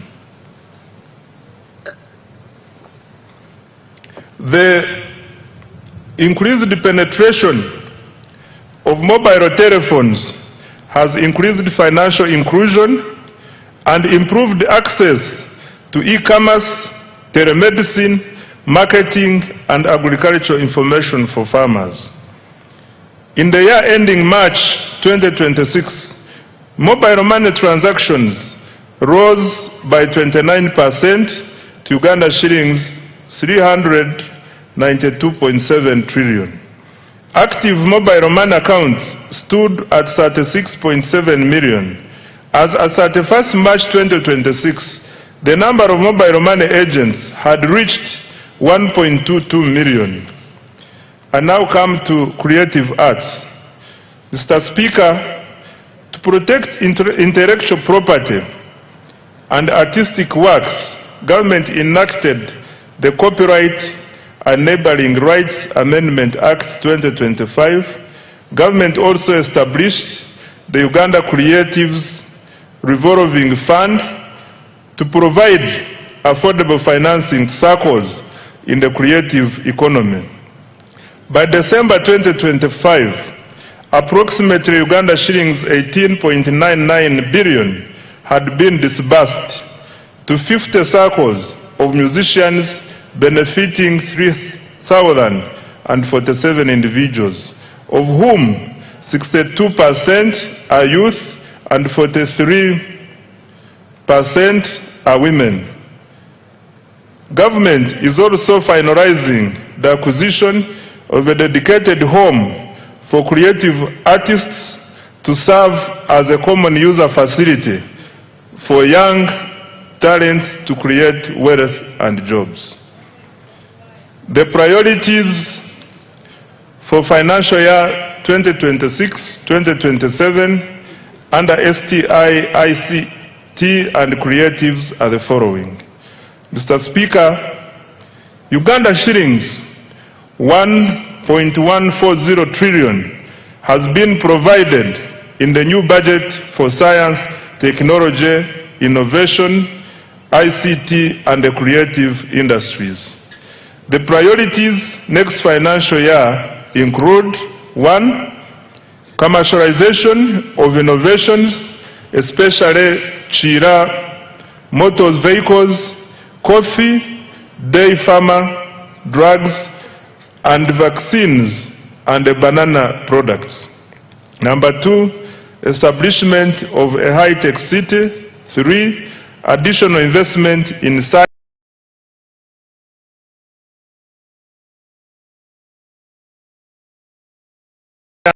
research and innovation.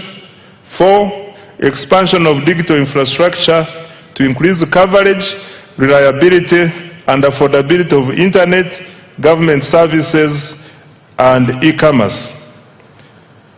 5,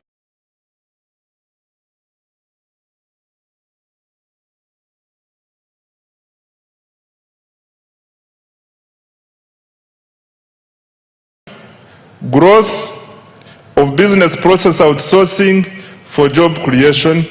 6, expanding the free-to-air TV signal. And 7, strengthening intellectual property protection. I now come to enablers. Mr. Speaker, government also continued to invest in the key enablers of socio-economic transformation in line with the NDP 4 and the 10-fold growth strategy. These include human capital development, infrastructure, security, and the rule of law, as well as domestic revenue mobilization to finance the transformation agenda. Under enabler number 1, which is peace, security, and rule of law, Mr. Speaker, peace, security, and rule of law are the foundations of development. Without peace, you cannot create prosperity. Without security and the rule of law, there is no investment. Without stability, there is no growth. Mr. Speaker, I wish to repeat this. Without peace, you cannot create prosperity. Without security and rule of law, there is no investment. Without stability, there is no growth. Government has continued to invest in security, justice, and governance institutions. This financial year, the following milestones have been achieved. 1. The government continued strengthening security infrastructure, intelligence services, and operational capacity while improving the welfare of our security personnel in the UPDF, police, prisons, and intelligence services. 2. Uganda remains one of the region's most stable countries. Despite being an election year, reported crimes fell by 10.2% from 218,715 cases in 2024 to 196,405 in 2025, reducing the crime rate from 502 to 427 per 1,000 people. 3. Uganda continued to contribute to regional peace and security through African Union and UN peace support operations in Somalia, alongside military deployments in the Democratic Republic of Congo, South Sudan, and other places. Number 4, the 275-bed National Referral Military Hospital in Mbuya, Kampala, is now operational. It attends to an average of 150 patients per day for services including dialysis, dental care, physiotherapy, and ENT. Number 5, construction of the UPDF military headquarters in Mbuya is 70% complete. In addition, over 230 housing units and new administrative blocks for the Air Force, the recently concluded successful general elections. Number 7, mass enrollment and issuance of national identity cards progressed well. The total population identified with the National Identification Number NIN is 34.14 million, renewals 13.85 million, cards printed 14.67 million, and cards issued to the population 6.2 million. Beyond securing elections and supporting national security, the national ID has improved access to public services, broadened financial inclusion, and eased travel within the East African community. Number 8, cattle restocking has begun in Acholi, Lango, Teso, and Teso, targeting 16,000 households, each receiving 5 million to purchase 2 bulls and 3 heifers. To date, 2,000 households have been compensated. Financial year 2026-2027 priorities for security, governance, and rule of law are the following. Mr. Speaker, government has allocated Uganda shillings 10.21 trillion security, governance, and rule of law institutions for financial year 2026-2027, and the priority interventions include: 1. Continued modernization, training, and welfare of the UPDF. 2. Full equipping of the National Referral Military Hospital and completion of the UPDF headquarters. 3. Strengthening of broader security, counter-terrorism, and regional peace support operations. 4. Enhancing community policing, crime intelligence, forensics, and CCTV coverage. 5. Cyber security and protection of critical national infrastructure. 6. Improving immigration services, NIN/ID enrollment, and e-passport issuance. 7. Fighting against corruption. 8. Continued cattle restocking in the Acholi, Rango, Teso sub-regions. I now come to enabler number 2, which is infrastructure development. Mr. Speaker, sir, transport infrastructure is the bone marrow of the economy. It connects farmers to markets, workers to jobs, and industries to inputs, while linking exporters to regional and global markets. Electricity powers industrialization and drives economic transformation. In financial year 2025-2026, government achieved the following infrastructure development. Under roads and bridges, government continued with the construction of 24 major roads totaling approximately 1,154 kilometers and rehabilitated a further 949 kilometers of national roads. 2. Government continued developing 14 strategic bridges to enhance connectivity, improve access to socio-economic services, and support the movement of goods and people within and across regions. 3. Government stepped up maintenance of national roads network. Over 7,400 kilometers of paved and 14,000 kilometers of unpaved roads were maintained through labor-based contracts, and a further 1,282 kilometers of paved and 3,146 kilometers of unpaved roads were looked after under routine mechanized maintenance. 4.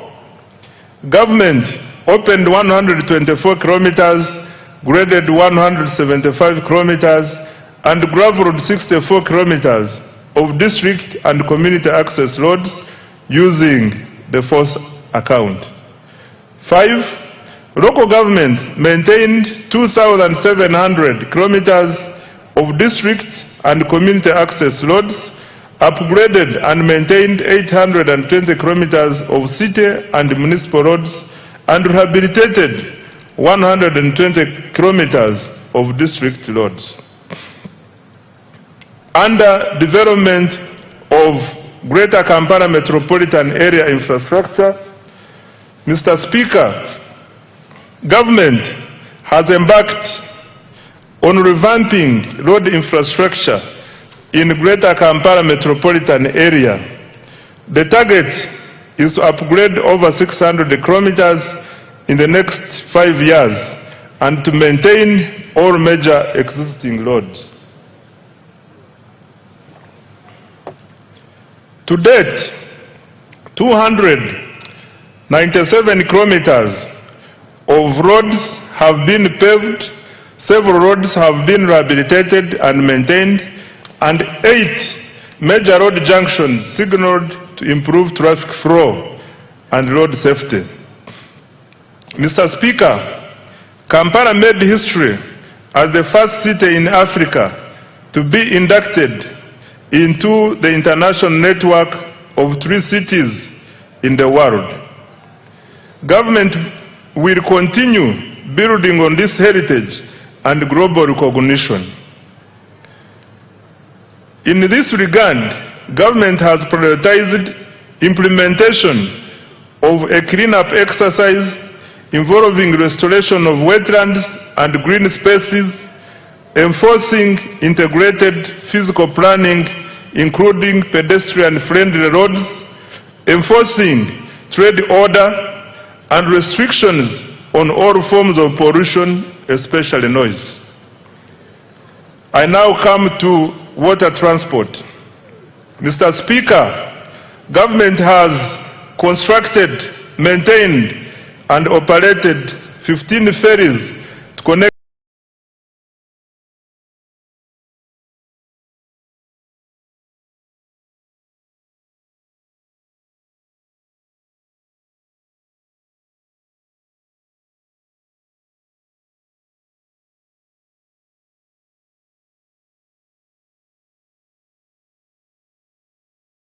Island Community Government has commenced construction of the 273-kilometer standard gauge railway from Maraba to Kampala.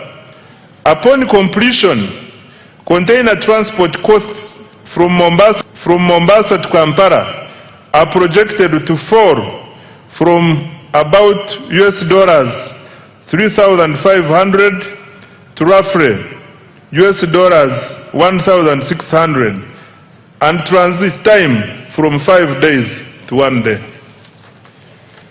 Rehabilitation of the Tororo-Gulu meter gauge railway reached 66% completion, while the Kampala-Mukono section has been complete. On air transport, Mr. Speaker, with regard to air transport, physical works for Kabalega International Airport are complete. Government is now finalizing operational requirements to get the airport ready for first oil and AFCON 2027. Construction of Kidepo International Airport is underway to boost tourism in Karamoja. Phase 1 of Entebbe International Airport's rehabilitation and expansion is complete, with a new passenger terminal and expanded cargo facility. The passenger terminal capacity has risen from 2.0 million to 3.5 million travelers per year.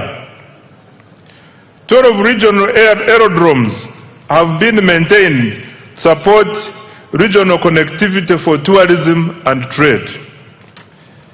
Government is strengthening Uganda Airlines as critical transport infrastructure to enhance international connectivity for tourism, trade, investment, and the diaspora. In order to enhance operational efficiency, expand and modernize the fleet, government is further capitalizing the airline by acquiring 8 additional new passenger aircrafts.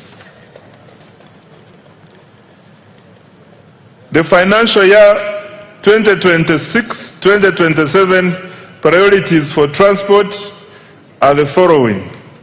Mr. Speaker, Uganda shillings 8.79 trillion has been allocated next financial year for transport infrastructure development, and the priority areas will include: number 1, construction of the Maraba-Kampala standard gauge railway and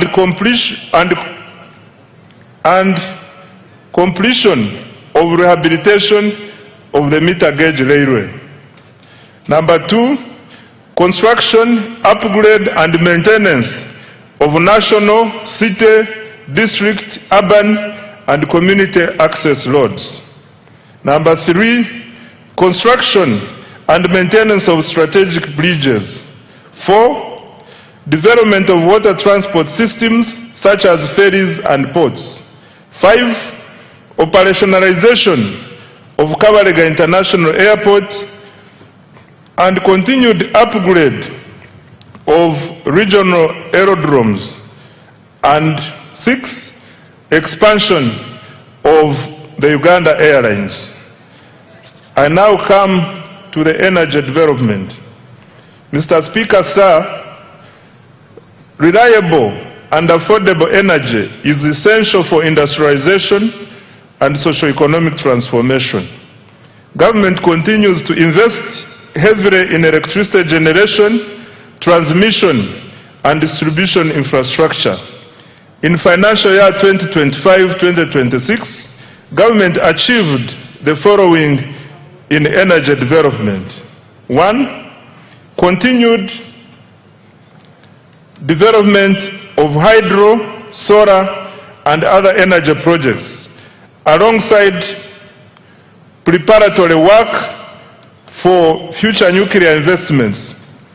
Installed generation capacity now stands at 2,098 megawatts, and the government's medium to long-term target is 52,500 482 megawatts to support industrialization, urbanization, and economic growth. 2. Continued expansion of energy transmission and distribution infrastructure.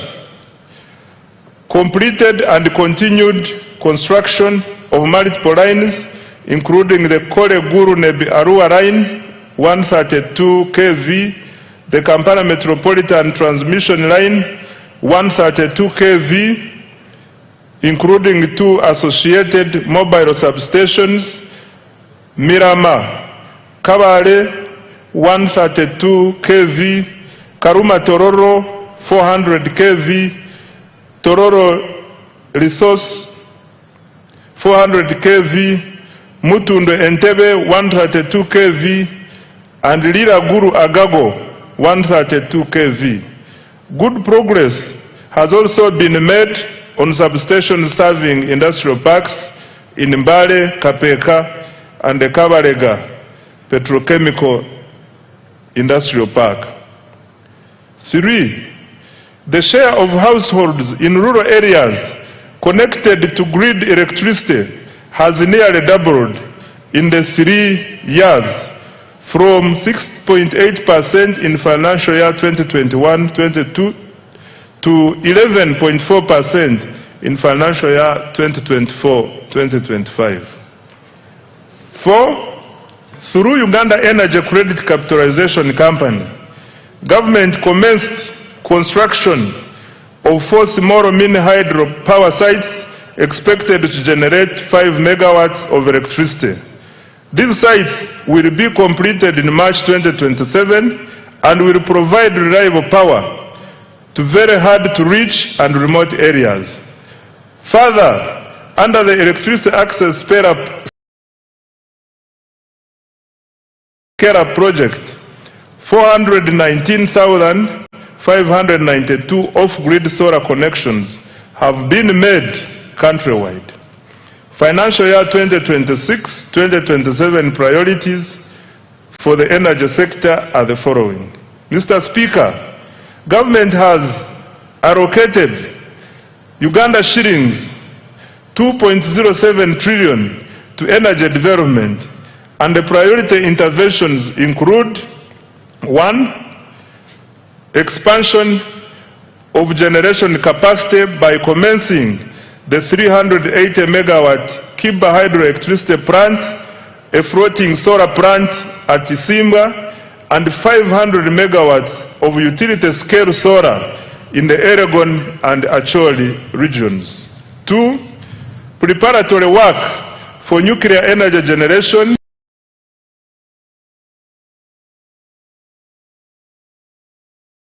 at Buyende. 3. Expansion of transmission and associated substation infrastructure. 4. Rural electrification. And 5. Industrial power connections. I now come to investing in the people.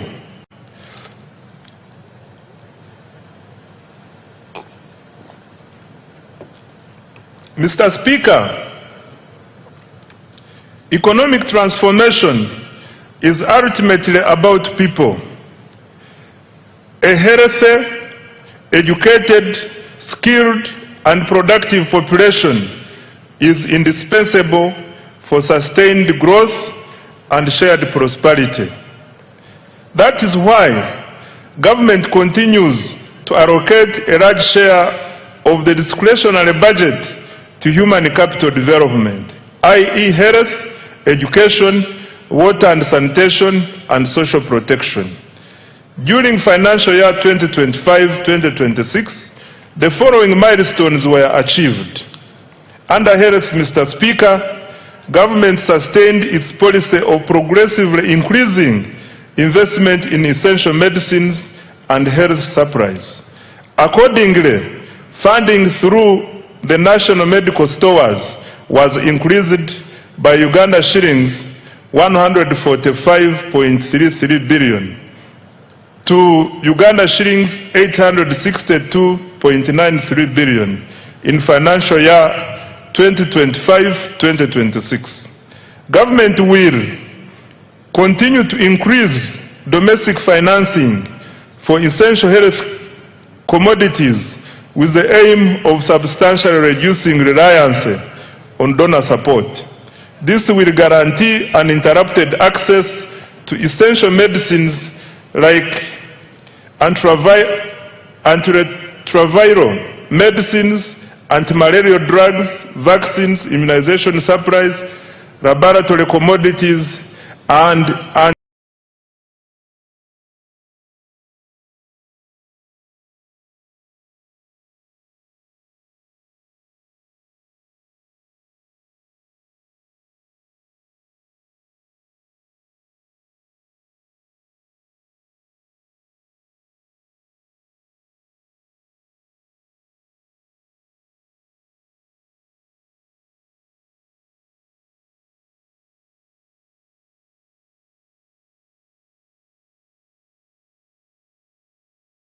tuberculosis medicines.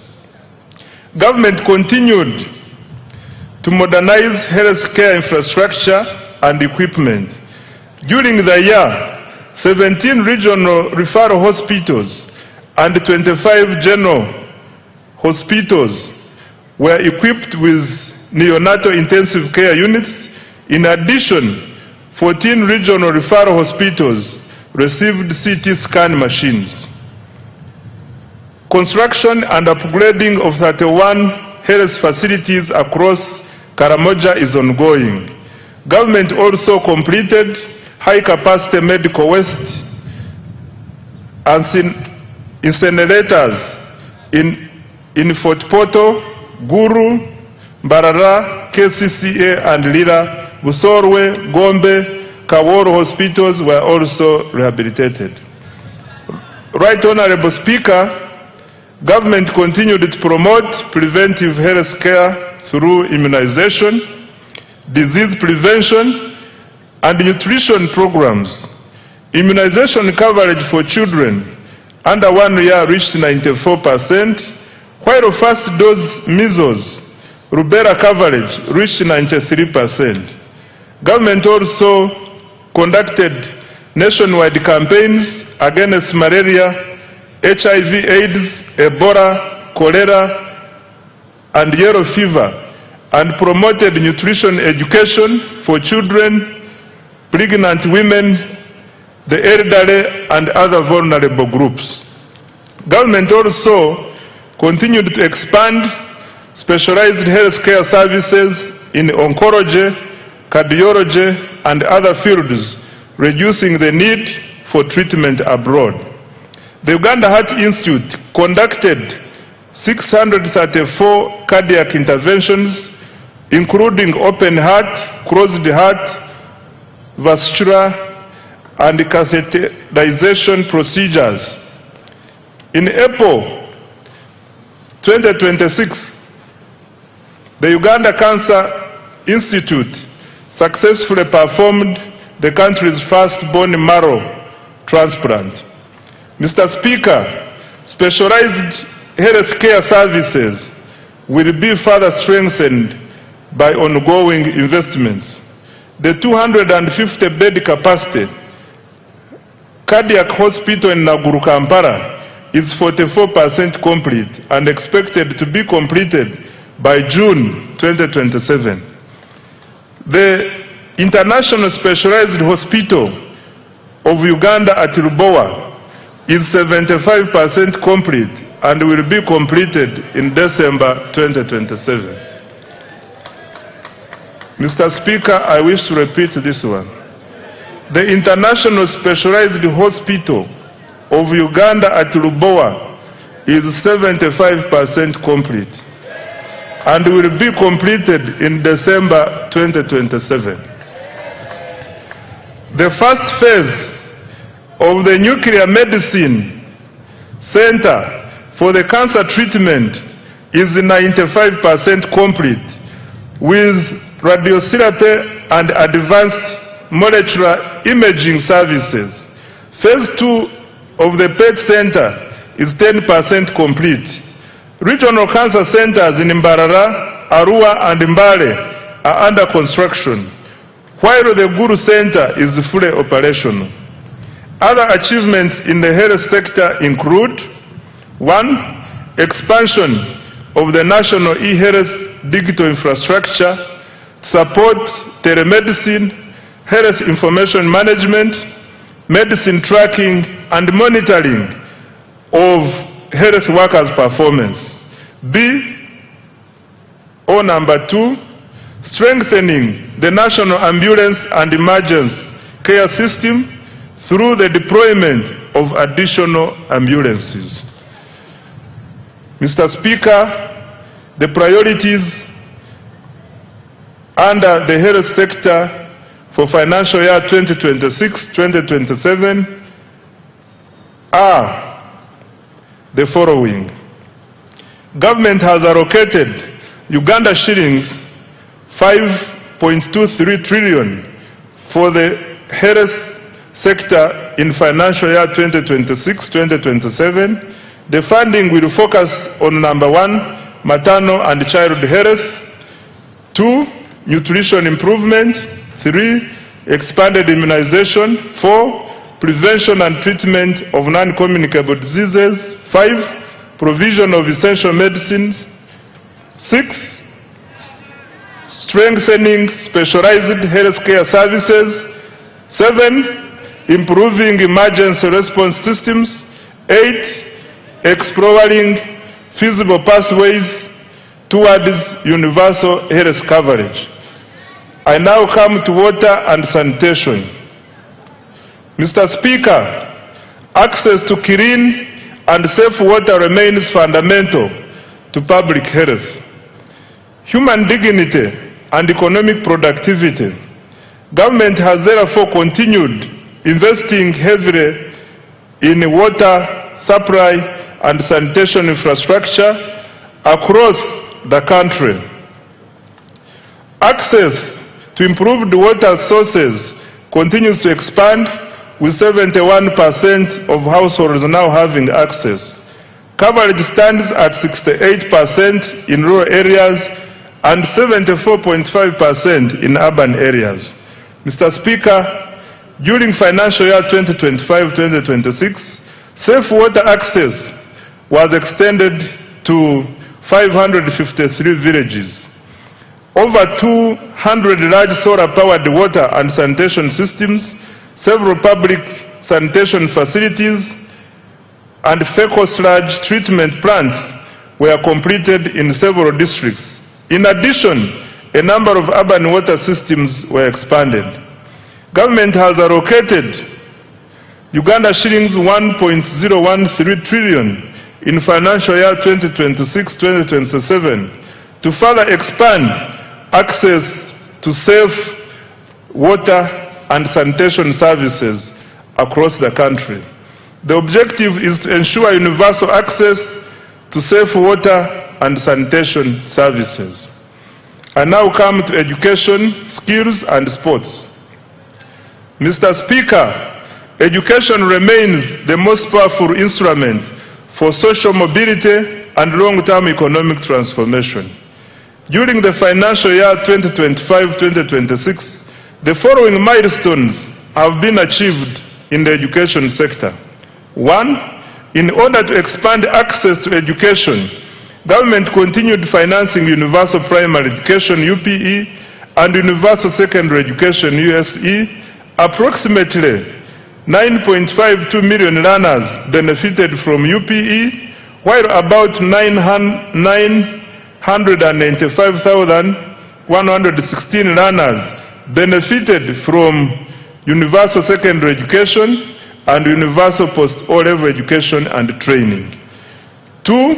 Government completed construction of 90 additional seed secondary schools, expanded 54 existing schools, and operationalized 259 seed schools. 3. In preparation for AFCON 2027, Hoima Stadium has been completed. Upgrades to Nambole Stadium are progressing well, and other required tournament facilities remain on schedule. Further construction of Akibwa Stadium is on schedule.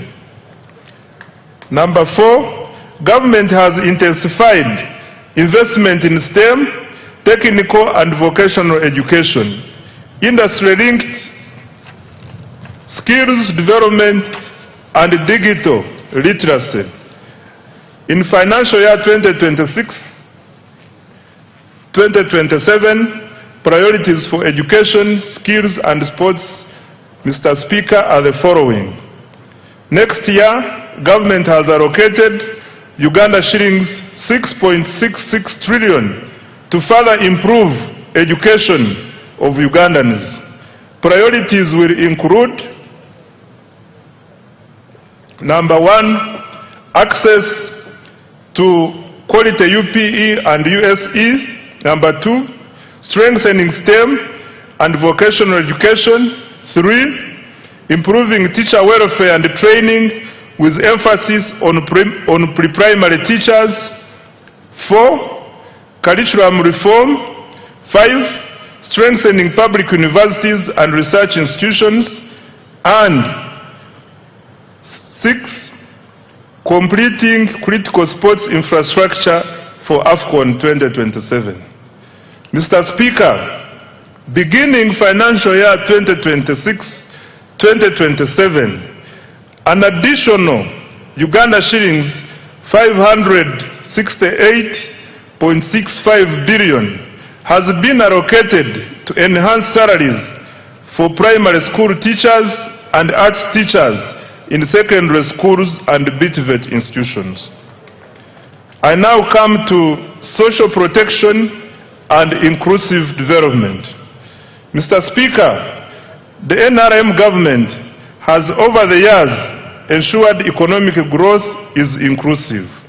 Government continues implementing targeted programs aimed at supporting vulnerable groups and expanding economic participation. The following are some of the achievements. 1, government has continued to support older persons through the Social Assistance Grant for Empowerment SAGE, which has cumulatively reached 489,673 beneficiaries, with a total of Uganda shillings 836.1 billion. In addition, the Special Enterprise Grant for Older Persons has supported 17,245 older persons with approximately Uganda shillings 13 billion. Number 2, under the National Special Grant for Persons with Disabilities, 72,772 beneficiaries have received Uganda shillings 48.5 billion across 171 local governments. 3, the Youth Livelihood Program has financed 24,859 projects benefiting 275,034 youth at Uganda shillings 195.4 billion, while 57,849 youth have benefited from the Youth Venture Capital Fund. 4, the GROW project has extended Uganda shillings 111.1 billion in loans to 4,889 beneficiaries, while the Women Entrepreneurship Program WEP has cumulatively supported 244,805 women .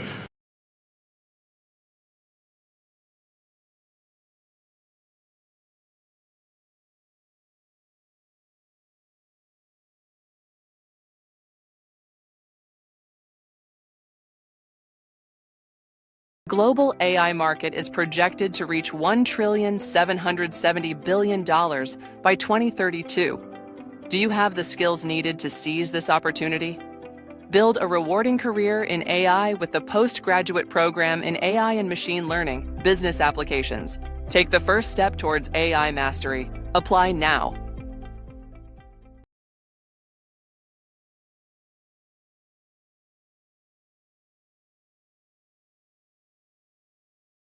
started back in 2014 selling only here in Australia. When we jumped on Shopify within a year, it allowed us to touch all the markets around the world. In the last year alone, we've grown over 500% online sales. If we can ship there, we can sell there now, thanks to Shopify.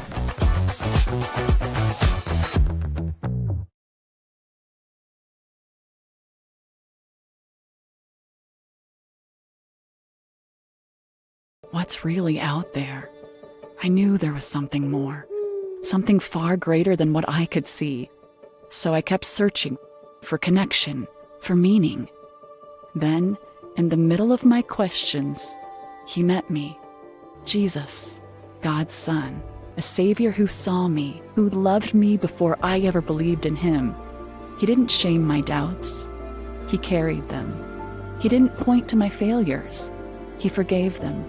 On the cross, he took my guilt. In his resurrection, he gave me a new life. My steps changed. My heart changed. The journey wasn't over, but now I walk it with him. Click to talk to an online volunteer on how to begin your journey with Jesus.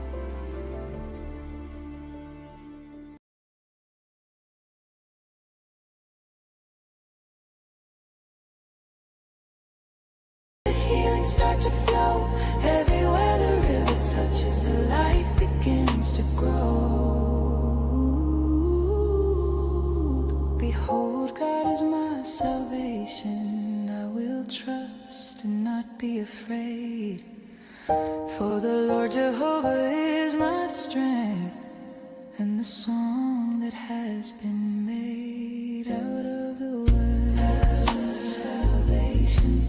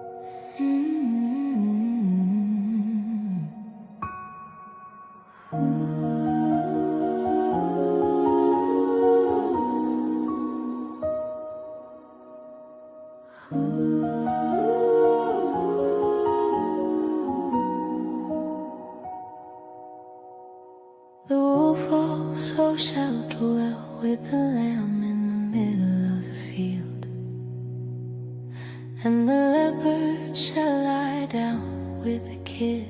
The peace is finally sealed, and the calf and the young lion and the fatling together grow, and a little child shall lead them where the living waters flow.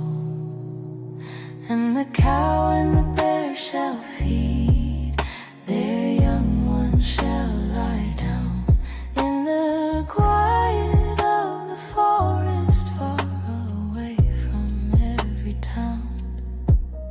And the lion shall eat straw like the ox upon the hill, with the ending of the hunger and the bending of the will. They shall not hurt nor destroy in all my holy mountains height, for the earth shall be full of the knowledge of the Lord's own light, as the waters cover the sea, from the surface to the deep, in the middle of the waking and the promises we keep. The wolf and the lamb, no more shadow, no more fear. The wolf and the lamb, when the Prince of Peace is near. The sucking child shall play on the hole of the asp and the snake, and the weaned child shall put his hand on the den for mercy's sake. Nothing shall be poisonous,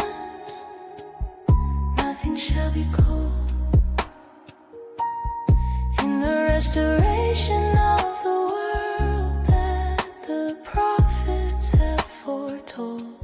The enmity is over,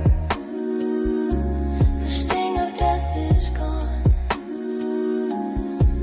In the glory of the garden and in the breaking of the dawn, the predator and prey are sharing in the holy bread.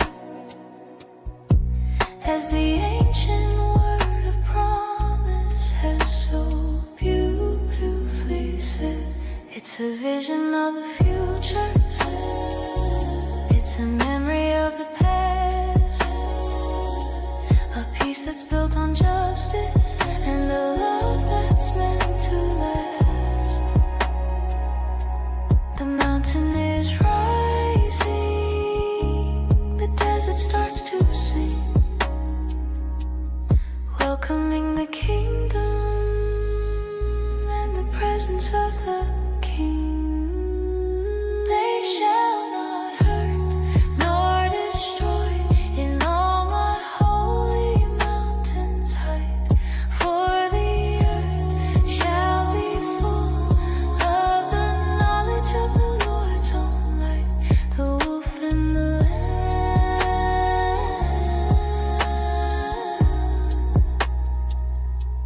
A little child shall lead them,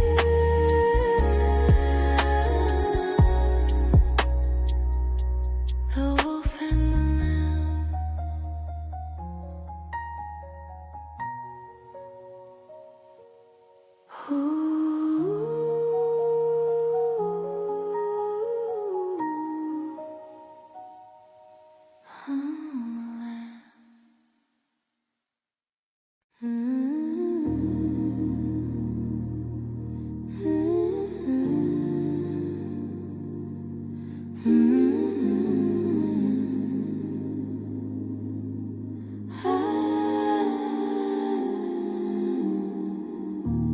And there shall come forth a rod out of the stem of Jesse's line, and a branch shall grow out of his roots, a holy silver sign. The Spirit of the Lord shall rest upon him in the light, the Spirit of the wisdom and the understanding might, Spirit of the counsel and the strength within the bone, the Spirit of the knowledge that is gathered from the throne, the stem of Jesse blooming in the wild, the stem of Jesse for the mother and the child, and shall make him of quick understanding in the fear of God, above the weary valleys where the ancient feet have trod. He shall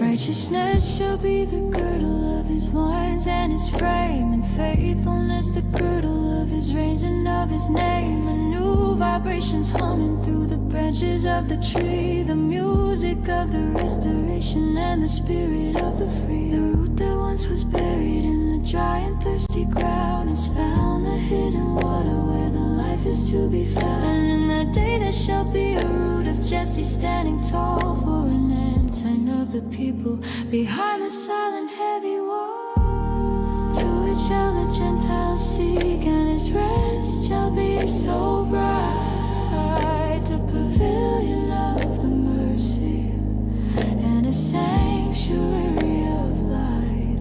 The old things are passing, the new life has begun. underneath the silver sky and the turning of the sun. And there shall come forth a rod out of the stem of Jesse's line, and a branch shall grow out of his roots, a holy silver sign.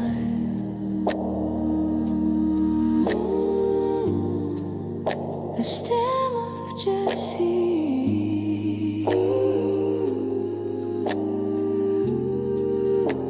his rest shall be glorious.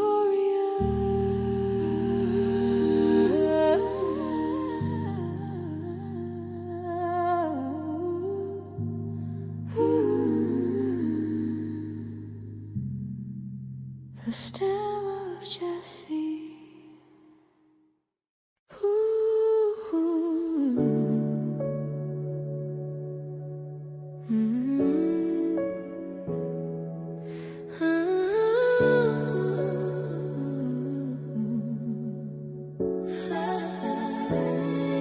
The people that walked in darkness have seen a great light. They that dwell in the land of the shadow of the night, upon them has the light shine, like the rising of the sun, when the battle of the ages has been finally won.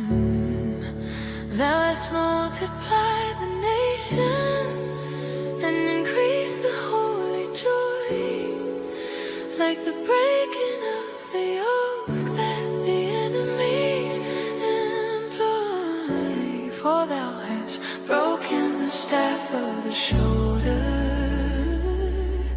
and the rod, by the spirit of the mercy and the power of the God. A great light breaking through the gloom. A great light in the middle of the room.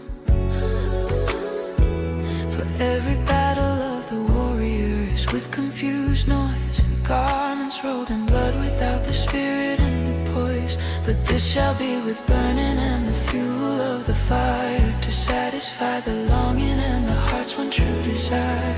A great light for the eyes that long to see. A great light for the spirit of the free.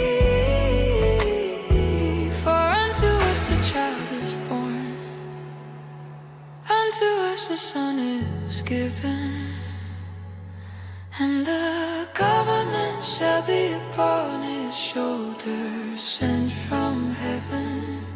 And his name shall be called Wonderful Counselor of the Day, the Mighty God, the Everlasting Father.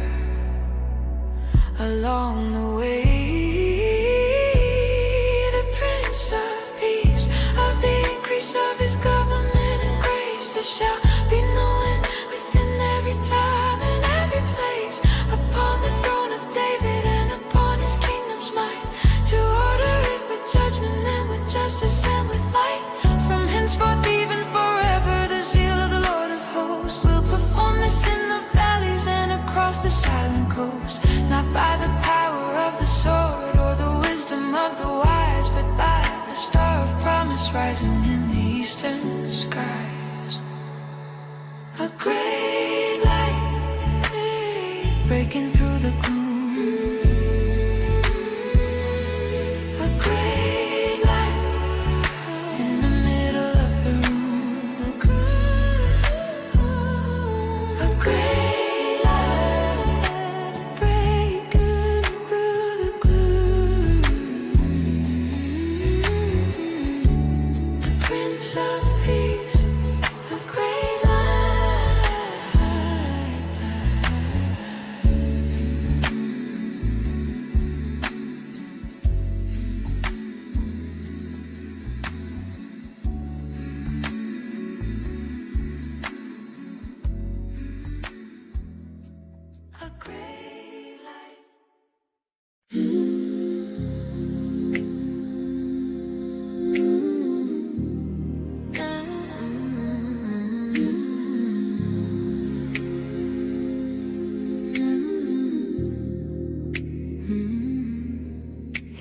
bow heavens and give ear a word, for the Lord has spoken.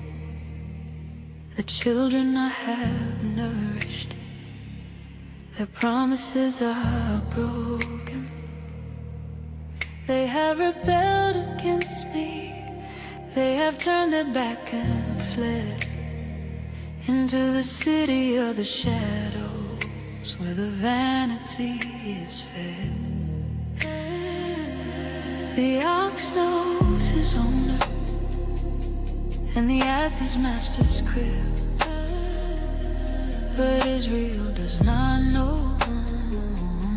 They're drifting from the rib. My people do not consider they lost the holy, wandering in the darkness in the middle of the day. The ox and the ass, they know where home is found. The ox and the ass, I listen for the sound. But the heart of man is heavy, and the spirit is so cold, selling off the silver for the story that was told. Wash you, make you clean, put away the evil deed, before the harvest withers and we lose the holy seed. The ox and the ass, simpler than our pride. The ox and the ass, with nowhere left to hide.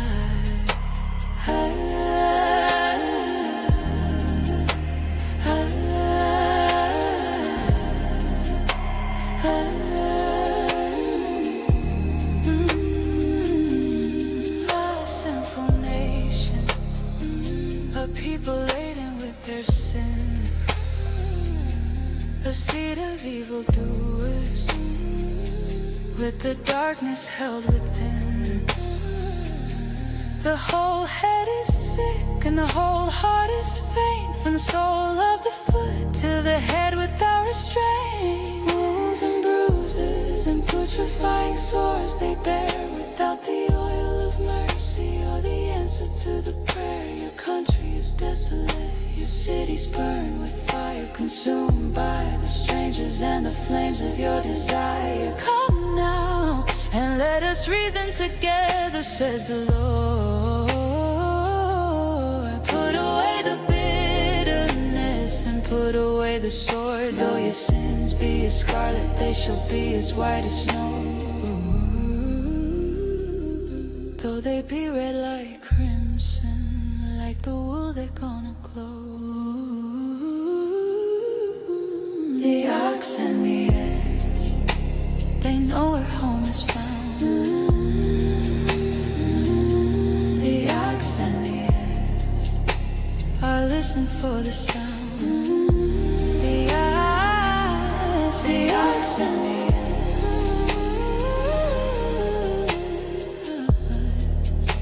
return to the master's crib.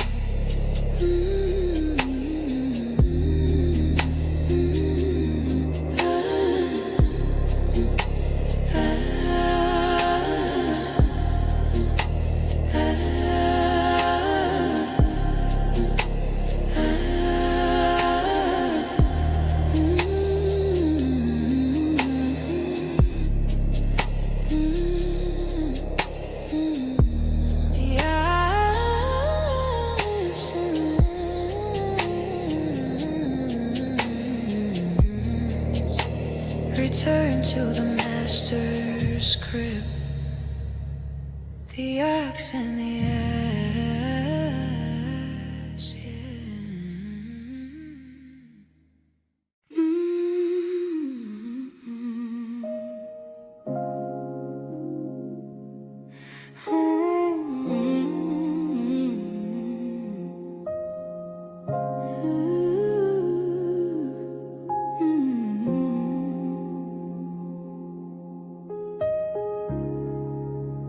I sing to my well-beloved song of his vineyard.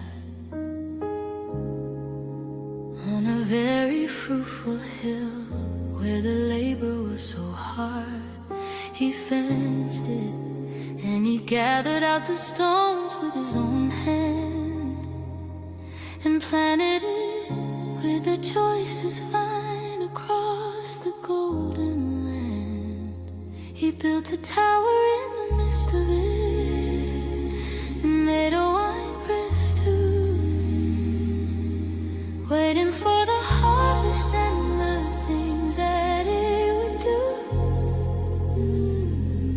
And he looked that it should bring forth grapes of sweetness and delight,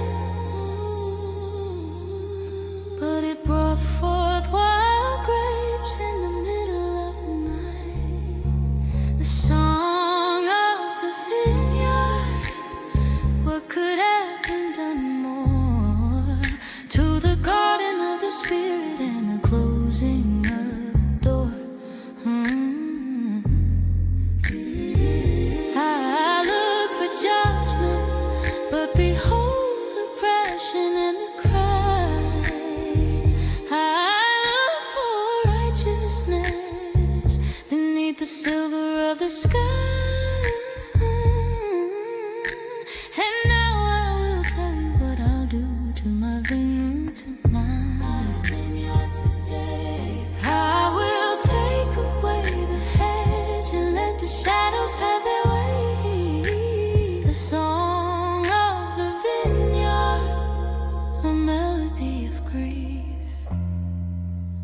The song of the vineyard for the fading of the leaf.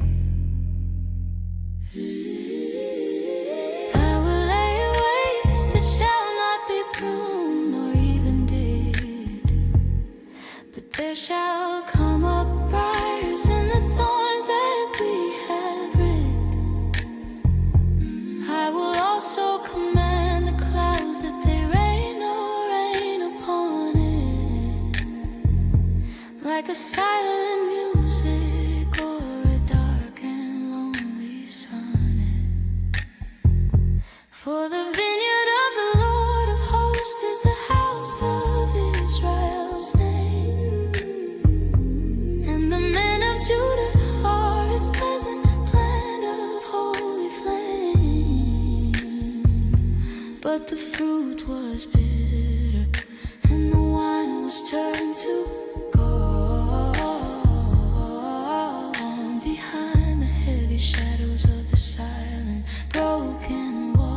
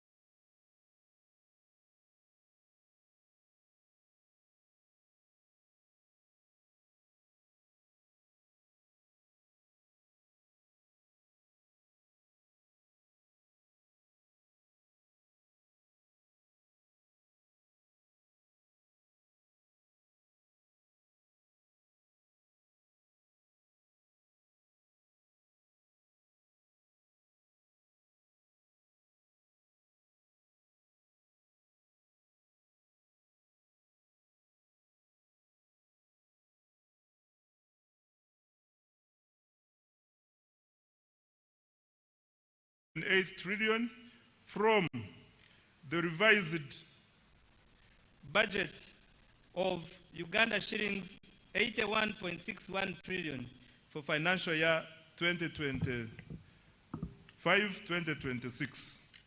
I now come to the tax measures for financial year 2026-2027. Mr. Speaker, sir, let me now highlight the key tax policy measures as approved by Parliament to support domestic revenue mobilization, investment, job creation, and economic growth.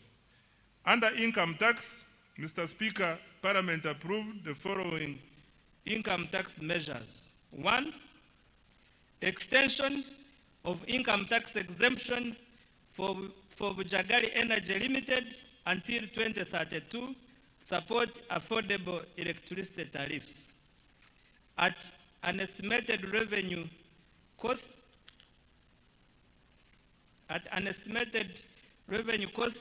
of Uganda shillings 115 billion per annum. 2, increase in the pay-as-you-earn threshold from Uganda shillings 235,000 to Uganda shillings 335,000 per month to raise take-home pay for low-income workers at an estimated revenue cost of Uganda shillings 96 billion. 3, introduction of a 5% withholding tax on payment of interest to foreign lending institutions to ensure equitable taxation of interest income. 4, provision for individuals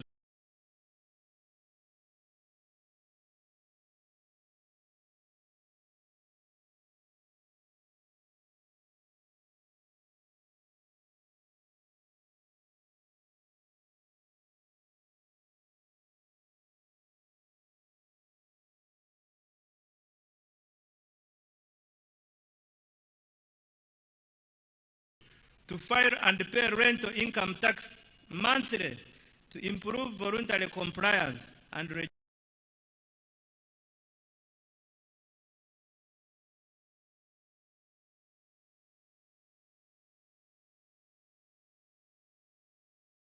reduce tax arrears.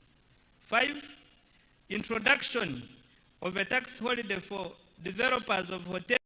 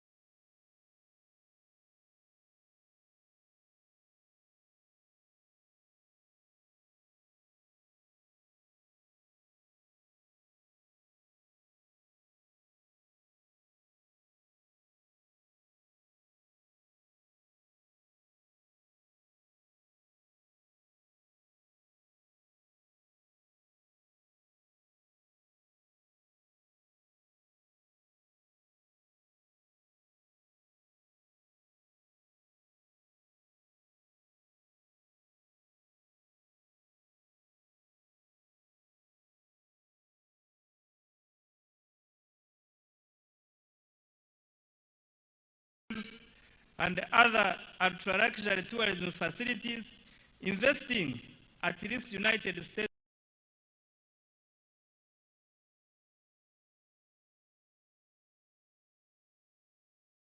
$10 million for foreign investors and United States $5 million for Ugandan investors. 6, equalization of tax treatment of Tier 4 financial institutions by allowing deductions for provisioning for bad debts, thereby reducing the cost of capital.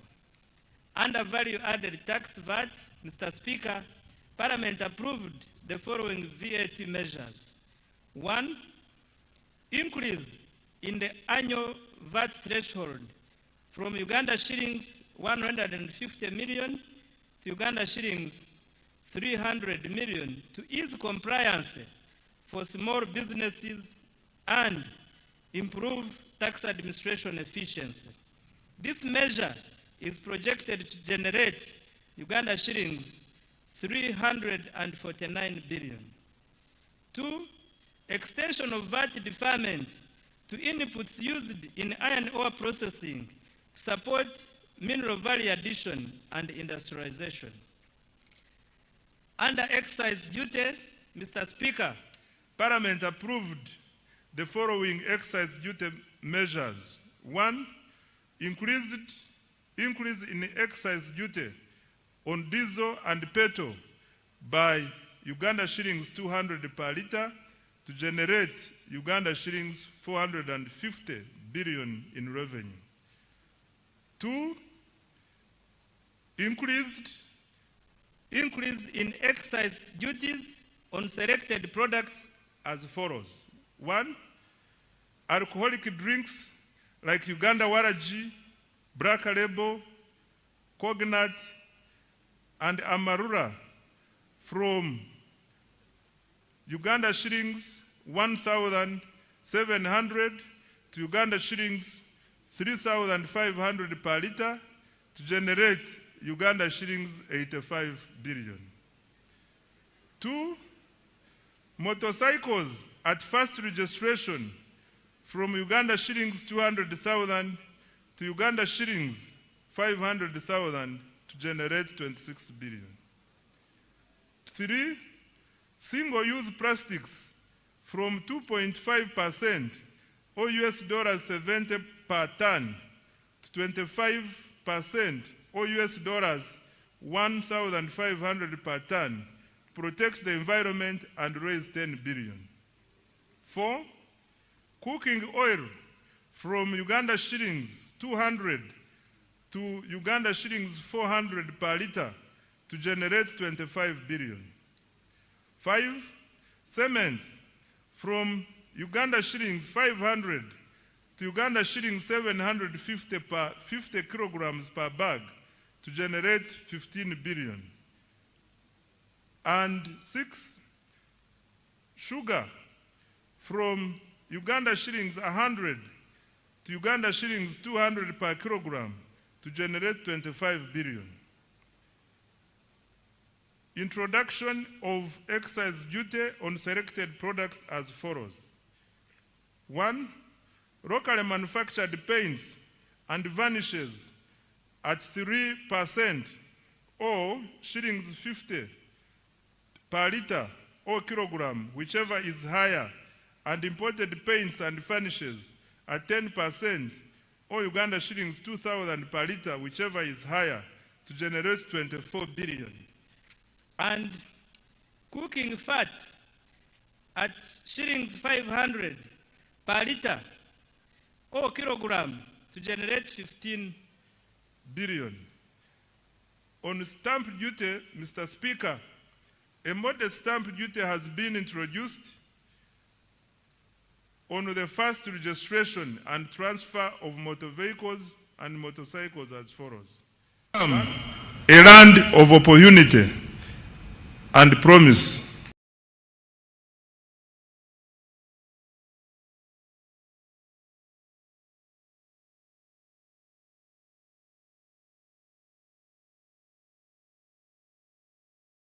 Expanded to United States dollars 69 billion and is projected to grow.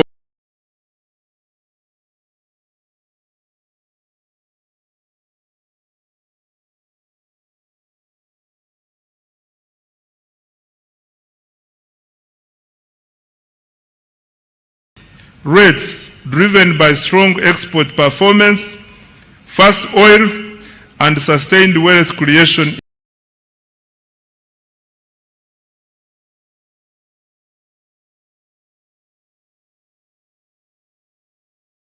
Importantly, this growth is increasingly translating into jobs, higher incomes, and better livelihoods for Ugandans. Investor confidence is rising, and the Ugandan diaspora is responding with increased remittances, investment, and active participation in our transformation. This budget aims to accelerate the attainment of the tenfold growth strategy. government has allocated 99% of discretionary resources to the ATMs, i.e.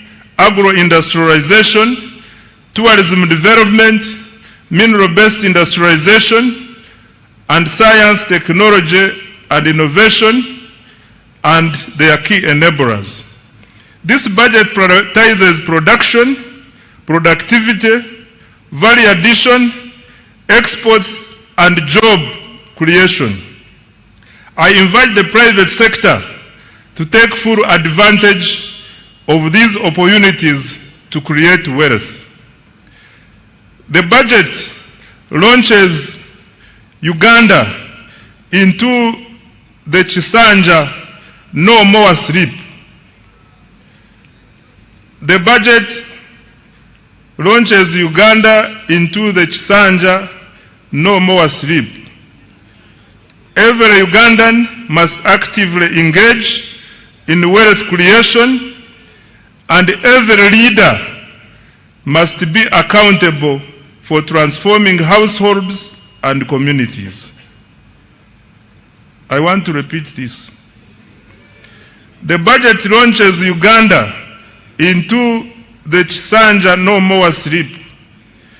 Every Ugandan must actively engage in wealth creation, and every leader must be accountable for transforming households and communities. The era of planning and debate is over. The era of implementation and results has begun. Our mission is clear: produce more, earn more, export more, and lift every household out of subsistence. I dedicate this budget to all wealth creators, especially the youth whose energy, enterprise, and innovation will drive Uganda's transformation into a $5 billion economy. Right Honorable Speaker, I beg to move.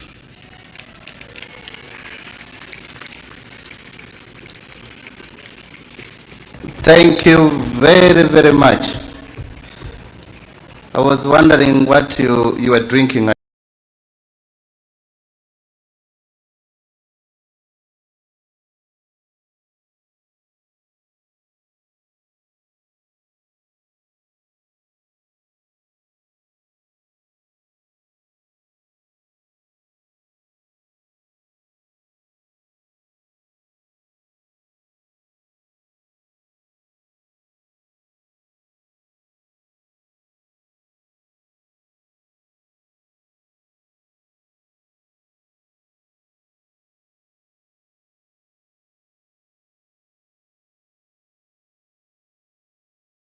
Water that gave you extra strength.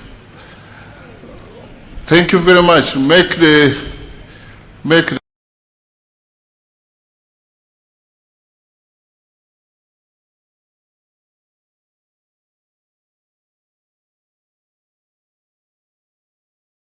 and appreciated for the good work.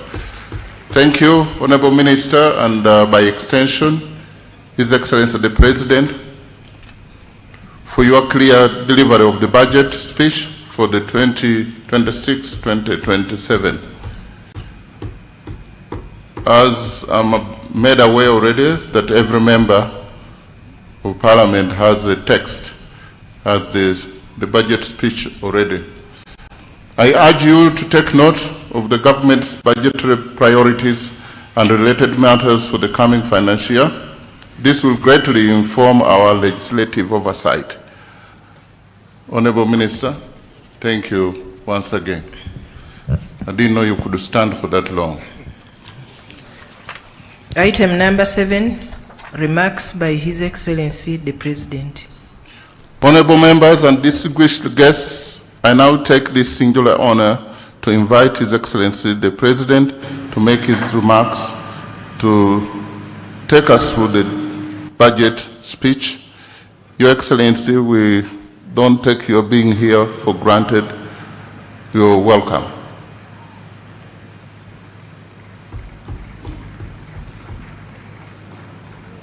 If you really want to stamp your feet, please do it. You have the permission of the chair. The budget speech already. I urge you to take note.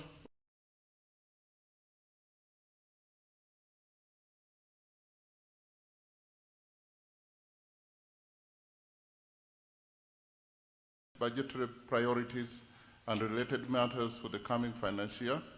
This will greatly inform our legislative oversight. Honorable Minister, thank you once again.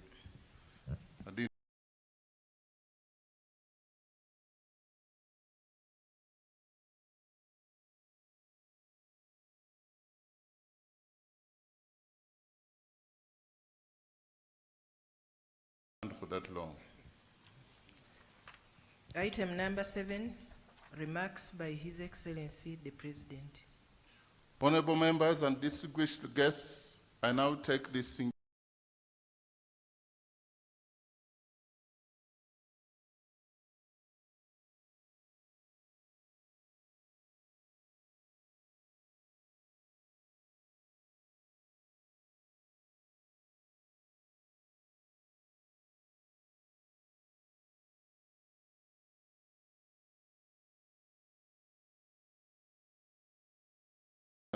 to invite His Excellency the President to make his remarks, to take us through the budget speech. Your Excellency, we don't take your being here for granted. You're welcome.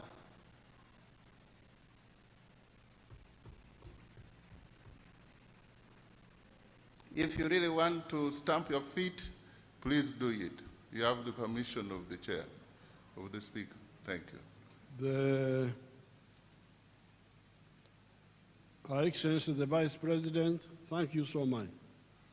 Her Excellency the Vice President, the Right Honorable Speaker of Parliament,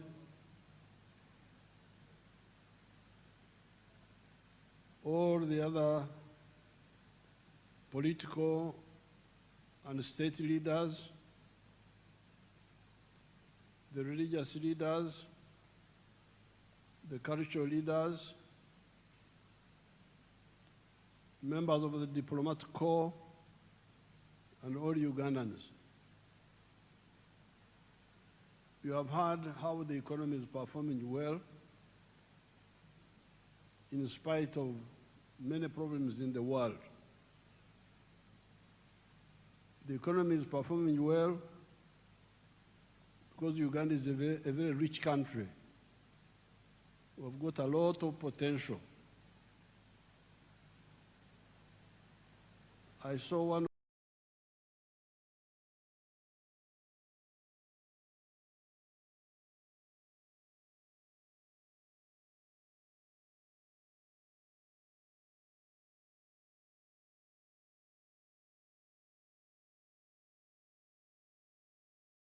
people who like writing things here and there, trying to say that we are targeting many areas of support. And I think he was trying to say that in South Korea, they concentrated on electronics and vehicles. But this is because South Korea didn't have much. We just need to get rid of the carelessness. As I told you last night, we have had 19 cases so far. 14 from our brothers in Congo, 14 of them who came. 2 died. But those who came early, 4 of them have already recovered, the Congolese. 4 have already recovered and been discharged.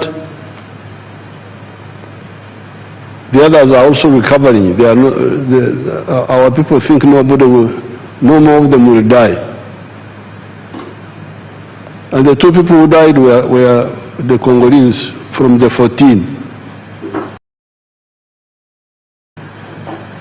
Now, the 5 Ugandans who were infected were the 4 health workers in one of the Kampala hospitals who handled the sick people without taking precautions. That's how 4 of them were infected. Carelessness. Now the 5th one, the Ugandan, was the taxi driver who drove the sick man from Hoima to here. I don't know whether he was greeting him or what, because just driving, if he sits in his chair and you sit in yours, why should he infect you? But fortunately, that driver has now recovered. So of the 4 who recovered, 4 of the 5 who recovered, 4 are Congolese, 1 is Ugandan. And the 2 who died were all our Congolese brothers.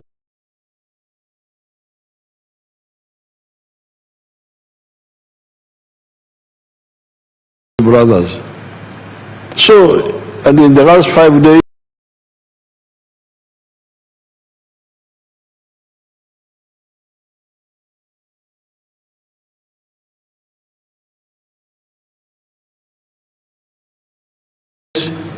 there's been no new case. This is very simple.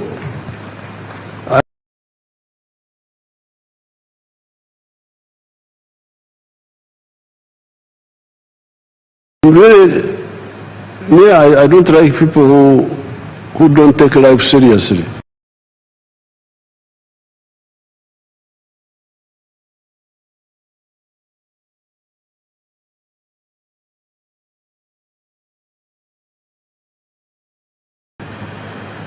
Because if you want to achieve what you want to achieve, you must be very serious with your life.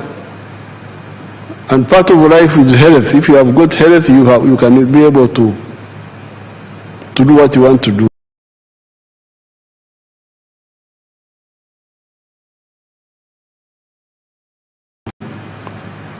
The other day I was here, I was seeing you shaking hands, hugging. These are members of parliament now. Setting a bad example for all these Africans to get sick and then go in hospitals and so on, or die even. So please, I want to use this occasion to appeal to all the Ugandans to really finish this little problem of Ebola. Ebola is a not serious problem. Yes, there is no vaccine against Ebola yet. There is no direct medicine, but it is very easy to avoid, number 1. And number 2, even when you get infected, if you report early by controlling the temperature,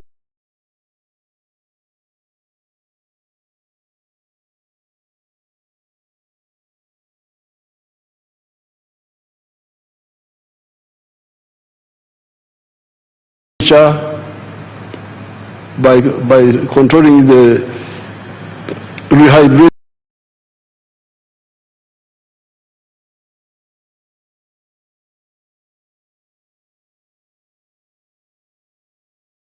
when you vomit and sweat, you can recover, like these people have recovered. So I appeal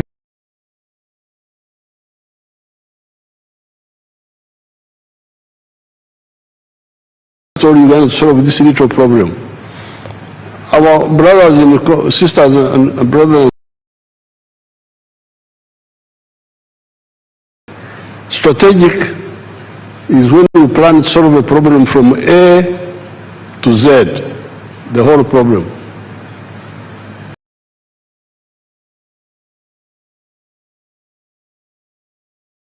Tactical is how you move from A to B. Now, the strategic aim of the NRM is to transform. And I want to put it to you that it has taken a bit too long, although we have done well, but we could have done better. I was counting the years.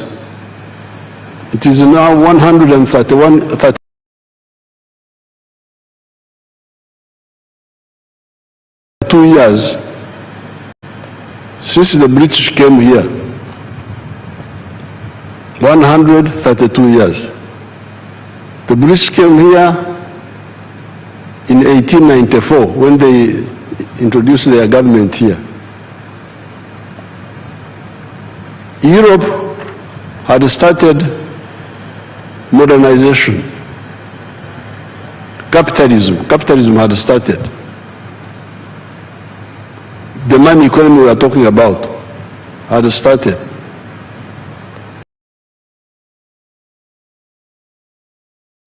It is now 132 years from 1894. The British were trying to involve our grandparents and our great-grandparents into the money economy, and our parents. By 1962, only 9% of the homesteads were in the money economy. After almost 70 years, only 9% were in the money economy. 91% were still in the Okorre Chidachonga. And I can testify because I'm from Ntungamo. Ntungamo, all of us were in the Okorre Chidachonga. There was not a single one who was interested in money. I know houses one by one. Now, when we were in the bush, we studied this and we put out our document, 10 points program. And point number 5 was on this very point. Please build an economy which is independent, integrated, self-sustaining, meaning, implying, join the money economy. When we came, we started. But when I checked, in 2013, you can imagine, only 32% of the homesteads had joined the money economy. That's how we involved the UPDF. General Saleh, please come and beg these people to join the money economy. Take seedlings to them, free seedlings. Go and beg them. Kulala, they are asleep. Then Saleh did his best. Now recently we have added PDM. But with all this, it's now 67% of the homesteads who are in the money economy with some Chibaro. 33% are still refusing to join the money economy. So this is the challenge. That's why we are saying, please, I'm really saying now, no more. We can't go on like this. And this is the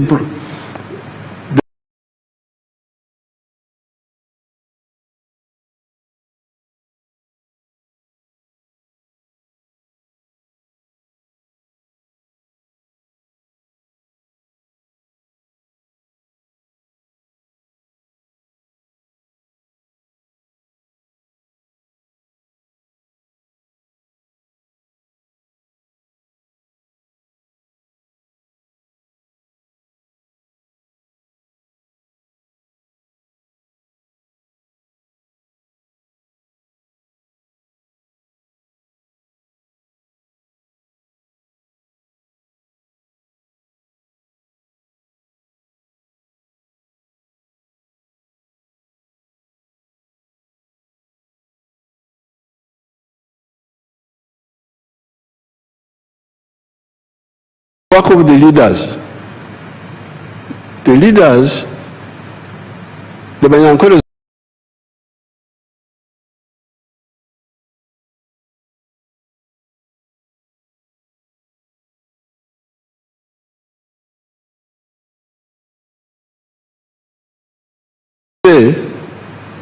amasho g'omufu n'omwekorere. The eyes of the dead body are the eyes of the one who is carrying the dead body. If the one who is carrying the dead body falls in the pit, the body also will fall in the pit. I saw this. I'm here. I'm not a story. I am alive. We started with those Banyankwere who are very difficult, like the Karamojong, wild really, and we changed them by engaging them. So therefore, what we said the other time here, now that especially there is this cap money which is already there in the villages, all the leaders, certainly all the ministers, must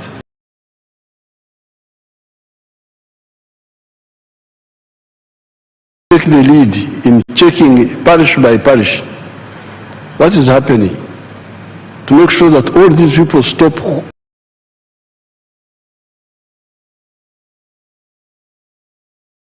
Kukongora, stop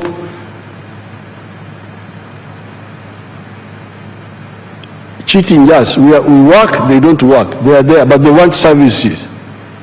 They want medicine, they want education, they want security, but they don't contribute. They're just sitting there in their homes and not engaging in the money economy. So although we have done very well, this very good performance the minister is talking about is by the 67% now. And all of them, not necessarily with the Chibaro. Some of them do without the Chibaro. But there are 33% who are Wako Pembeni, they are on the side. Suppose they were also part of this, we would be much further. And as the minister has told you, these people joining the money economy is crucial for two reasons. First of all, they get income. They get income, which means that their purchasing power goes up. Part of the problem of the purchasing power being low is because they don't have income.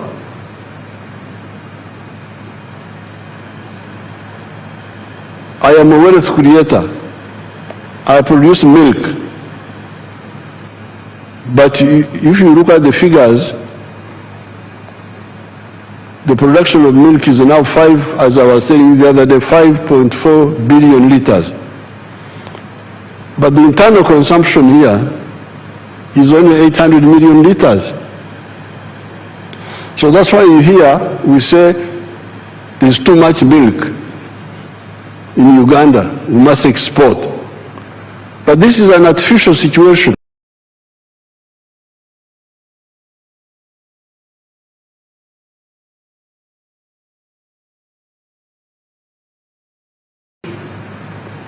Because with 48 million people, if each one was drinking the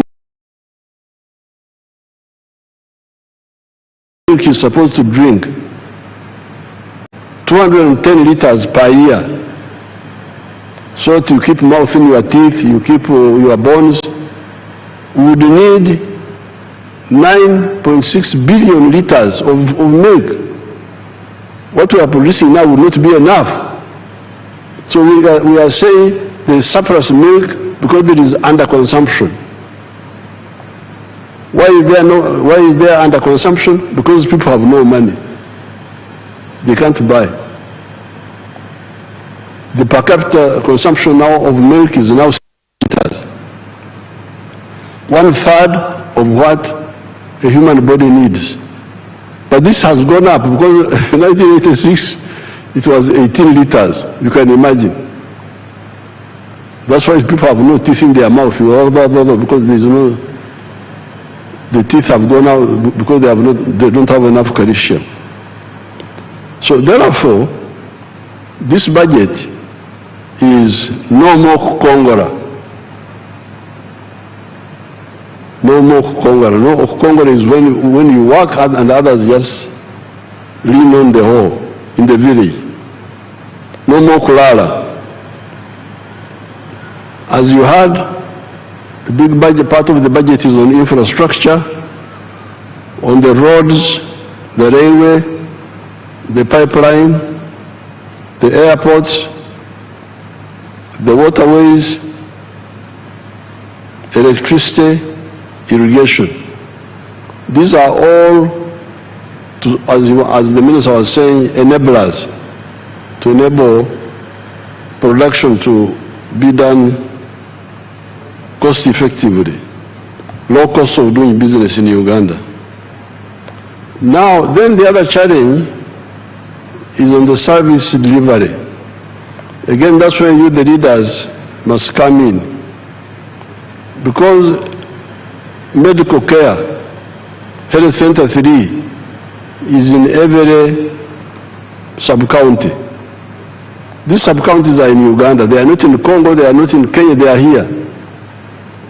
Why should there be no medicine in the health center? Maybe that medicine has been stolen, but the member of parliament doesn't know and doesn't follow up. And people are crying. Then you have the government officials, the Gomboro chief. That's why the local government must be very, very strict.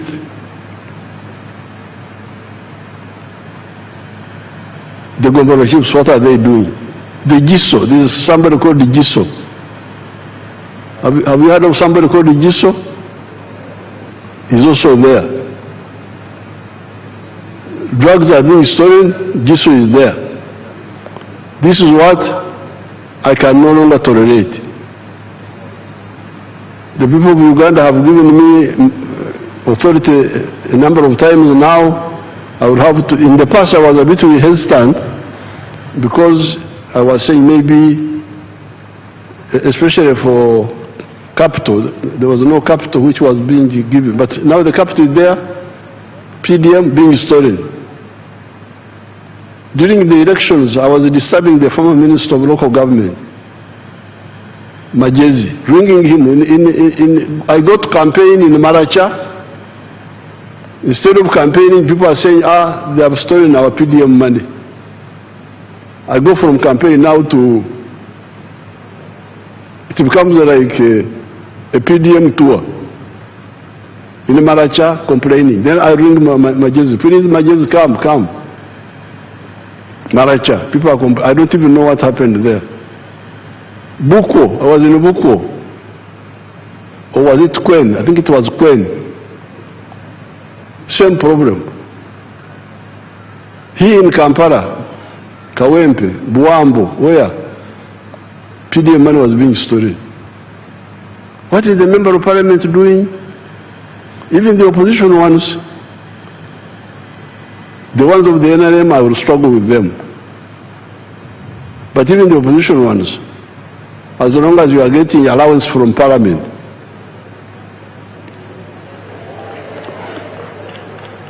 and you don't go to check what is happening, I will ask the Attorney General to see how I can deal with you also. Because if you don't want to monitor, don't take the allowances. Say so, go to the clerk, but then why should you get a salary in the first place? So, it seems I've got a legal basis where to demand performance from both the NRM and also the opposition. As long as you are getting money of the government, you must check. Because some of the opposition say they do it maliciously. Let the programs not work so that the NRM is blamed. That's not good enough for you. Because these programs are not for NRM, they are for your own people.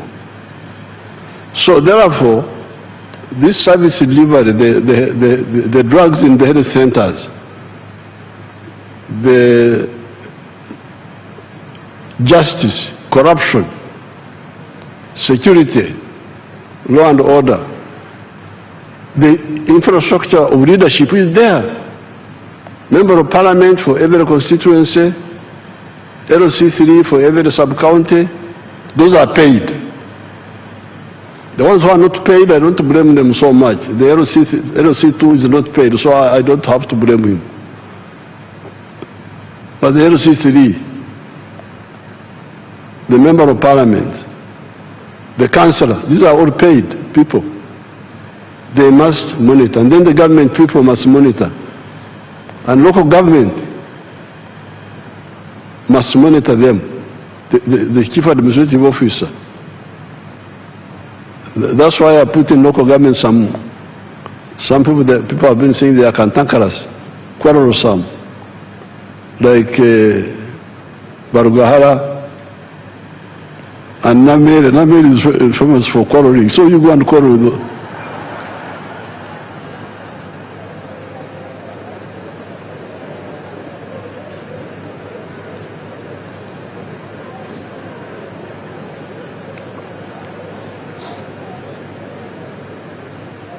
Because when I went to Masaka to defend Namere, because I had to go there, say,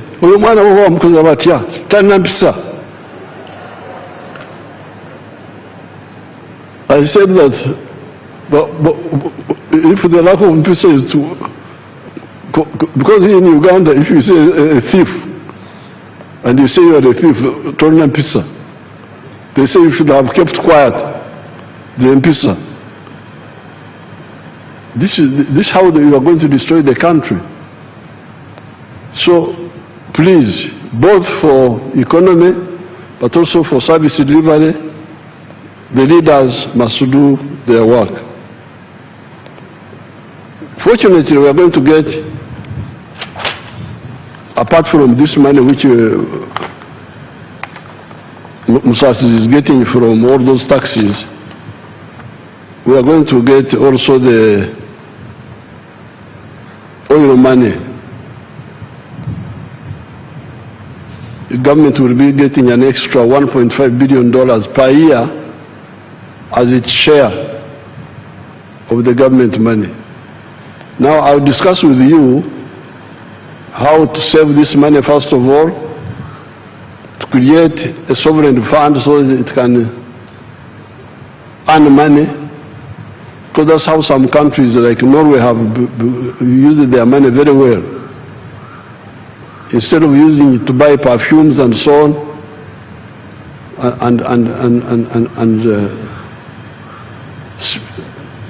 and whiskers, they put their money somewhere and it is gaining interest.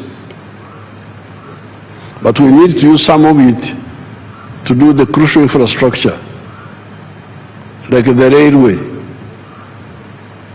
We need to have the railway with Kenya and with Tanzania and with Congo and South Sudan and Rwanda, the ones near us, so that all heavy cargo moves from the road to the railway.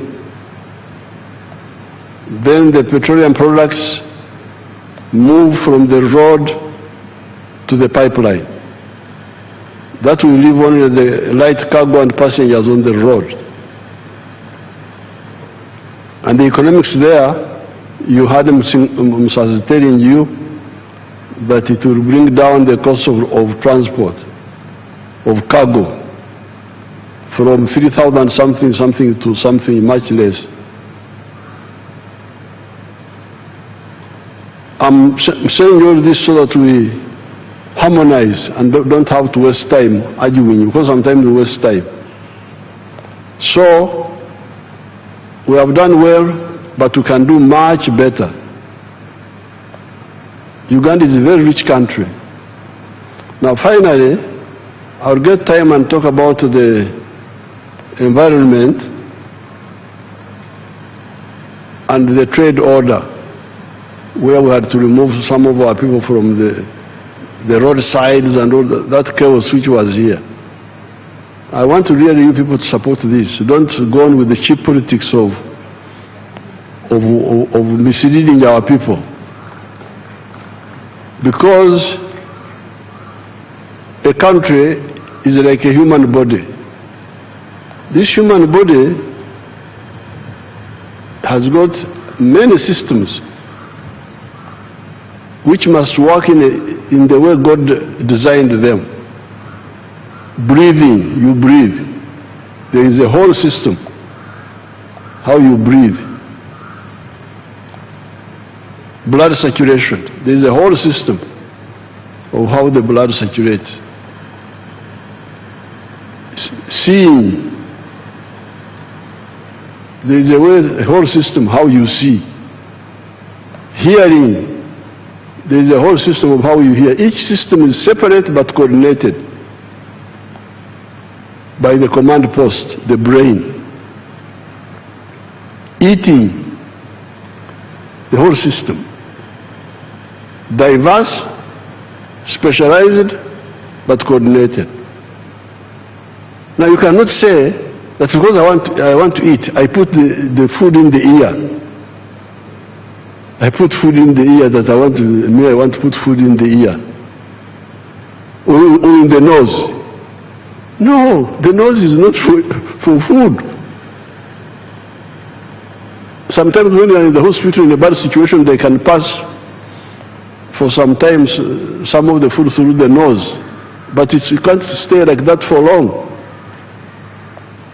Food must be through the mouth and the throat and the stomach. The nose is for breathing. The ears are for hearing. This is how the country is. The road is for vehicles and the sidewalks are for passengers. Can't you see that?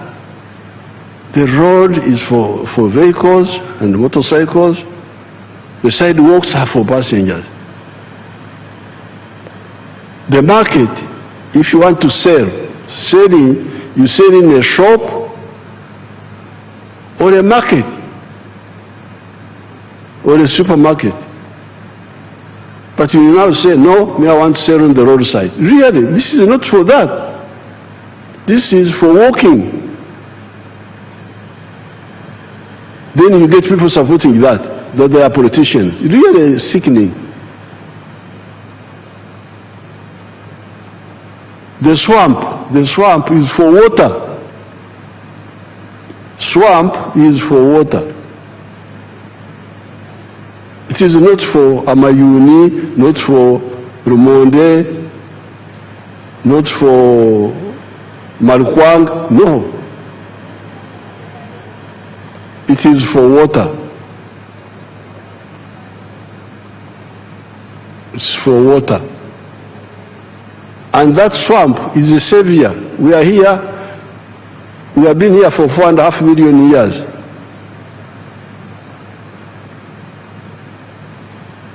And these things came recently, the permanent buildings, vehicles. What was sustaining us were our swamps and our forests. Even when our level of science was very low, not so much, the swamps and the forests kept us here, and the grass. Now you want to destroy that, and you say you are a Ugandan? No. What are you looking for in the swamp? Swamp is for water. When the Chinese came, they misled some of our people to grow rice in swamps. This was you see how the swamp should look like. That's a real swamp. Papyrus, water, that's how it looks like. The way God created it. And we can use it like that. So therefore, this standing upside down, wanting to eat through the ear, through the nose, not through the mouth. You put food in your eye that you are eating. This is suicide.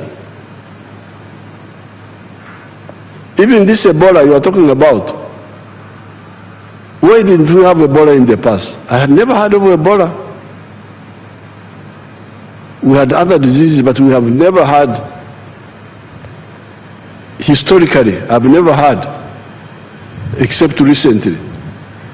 And I think it is because people are invading the habitats, part of the problem, the habitats of these animals in the forest. Show them the picture of Nabanja, how Nabanja was saving Bugoma forest. They showed it a bit here. See how criminal these people are, the ones you are defending. Bugoma forest. They were showing it here, to put it back again. Ah, you see how, see how, what damage they have done. That is, you see these criminals now. Look at the trees they are destroying. These are the people you are defending. What good are these? Whose interests are they serving?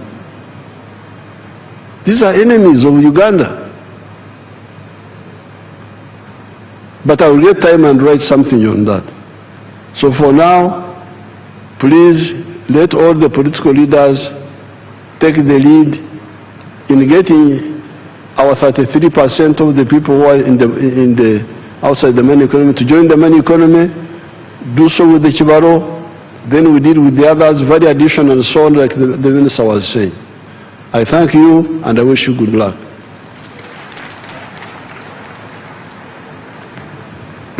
Thank you, Your Excellency, for the successful delivery of the budget speech for the financial year 2026-2027. On behalf of Parliament, I pledge our commitment to effectively apply our mandate to realize all your progressive intentions for our beloved country and its gallant citizens. Adjournment.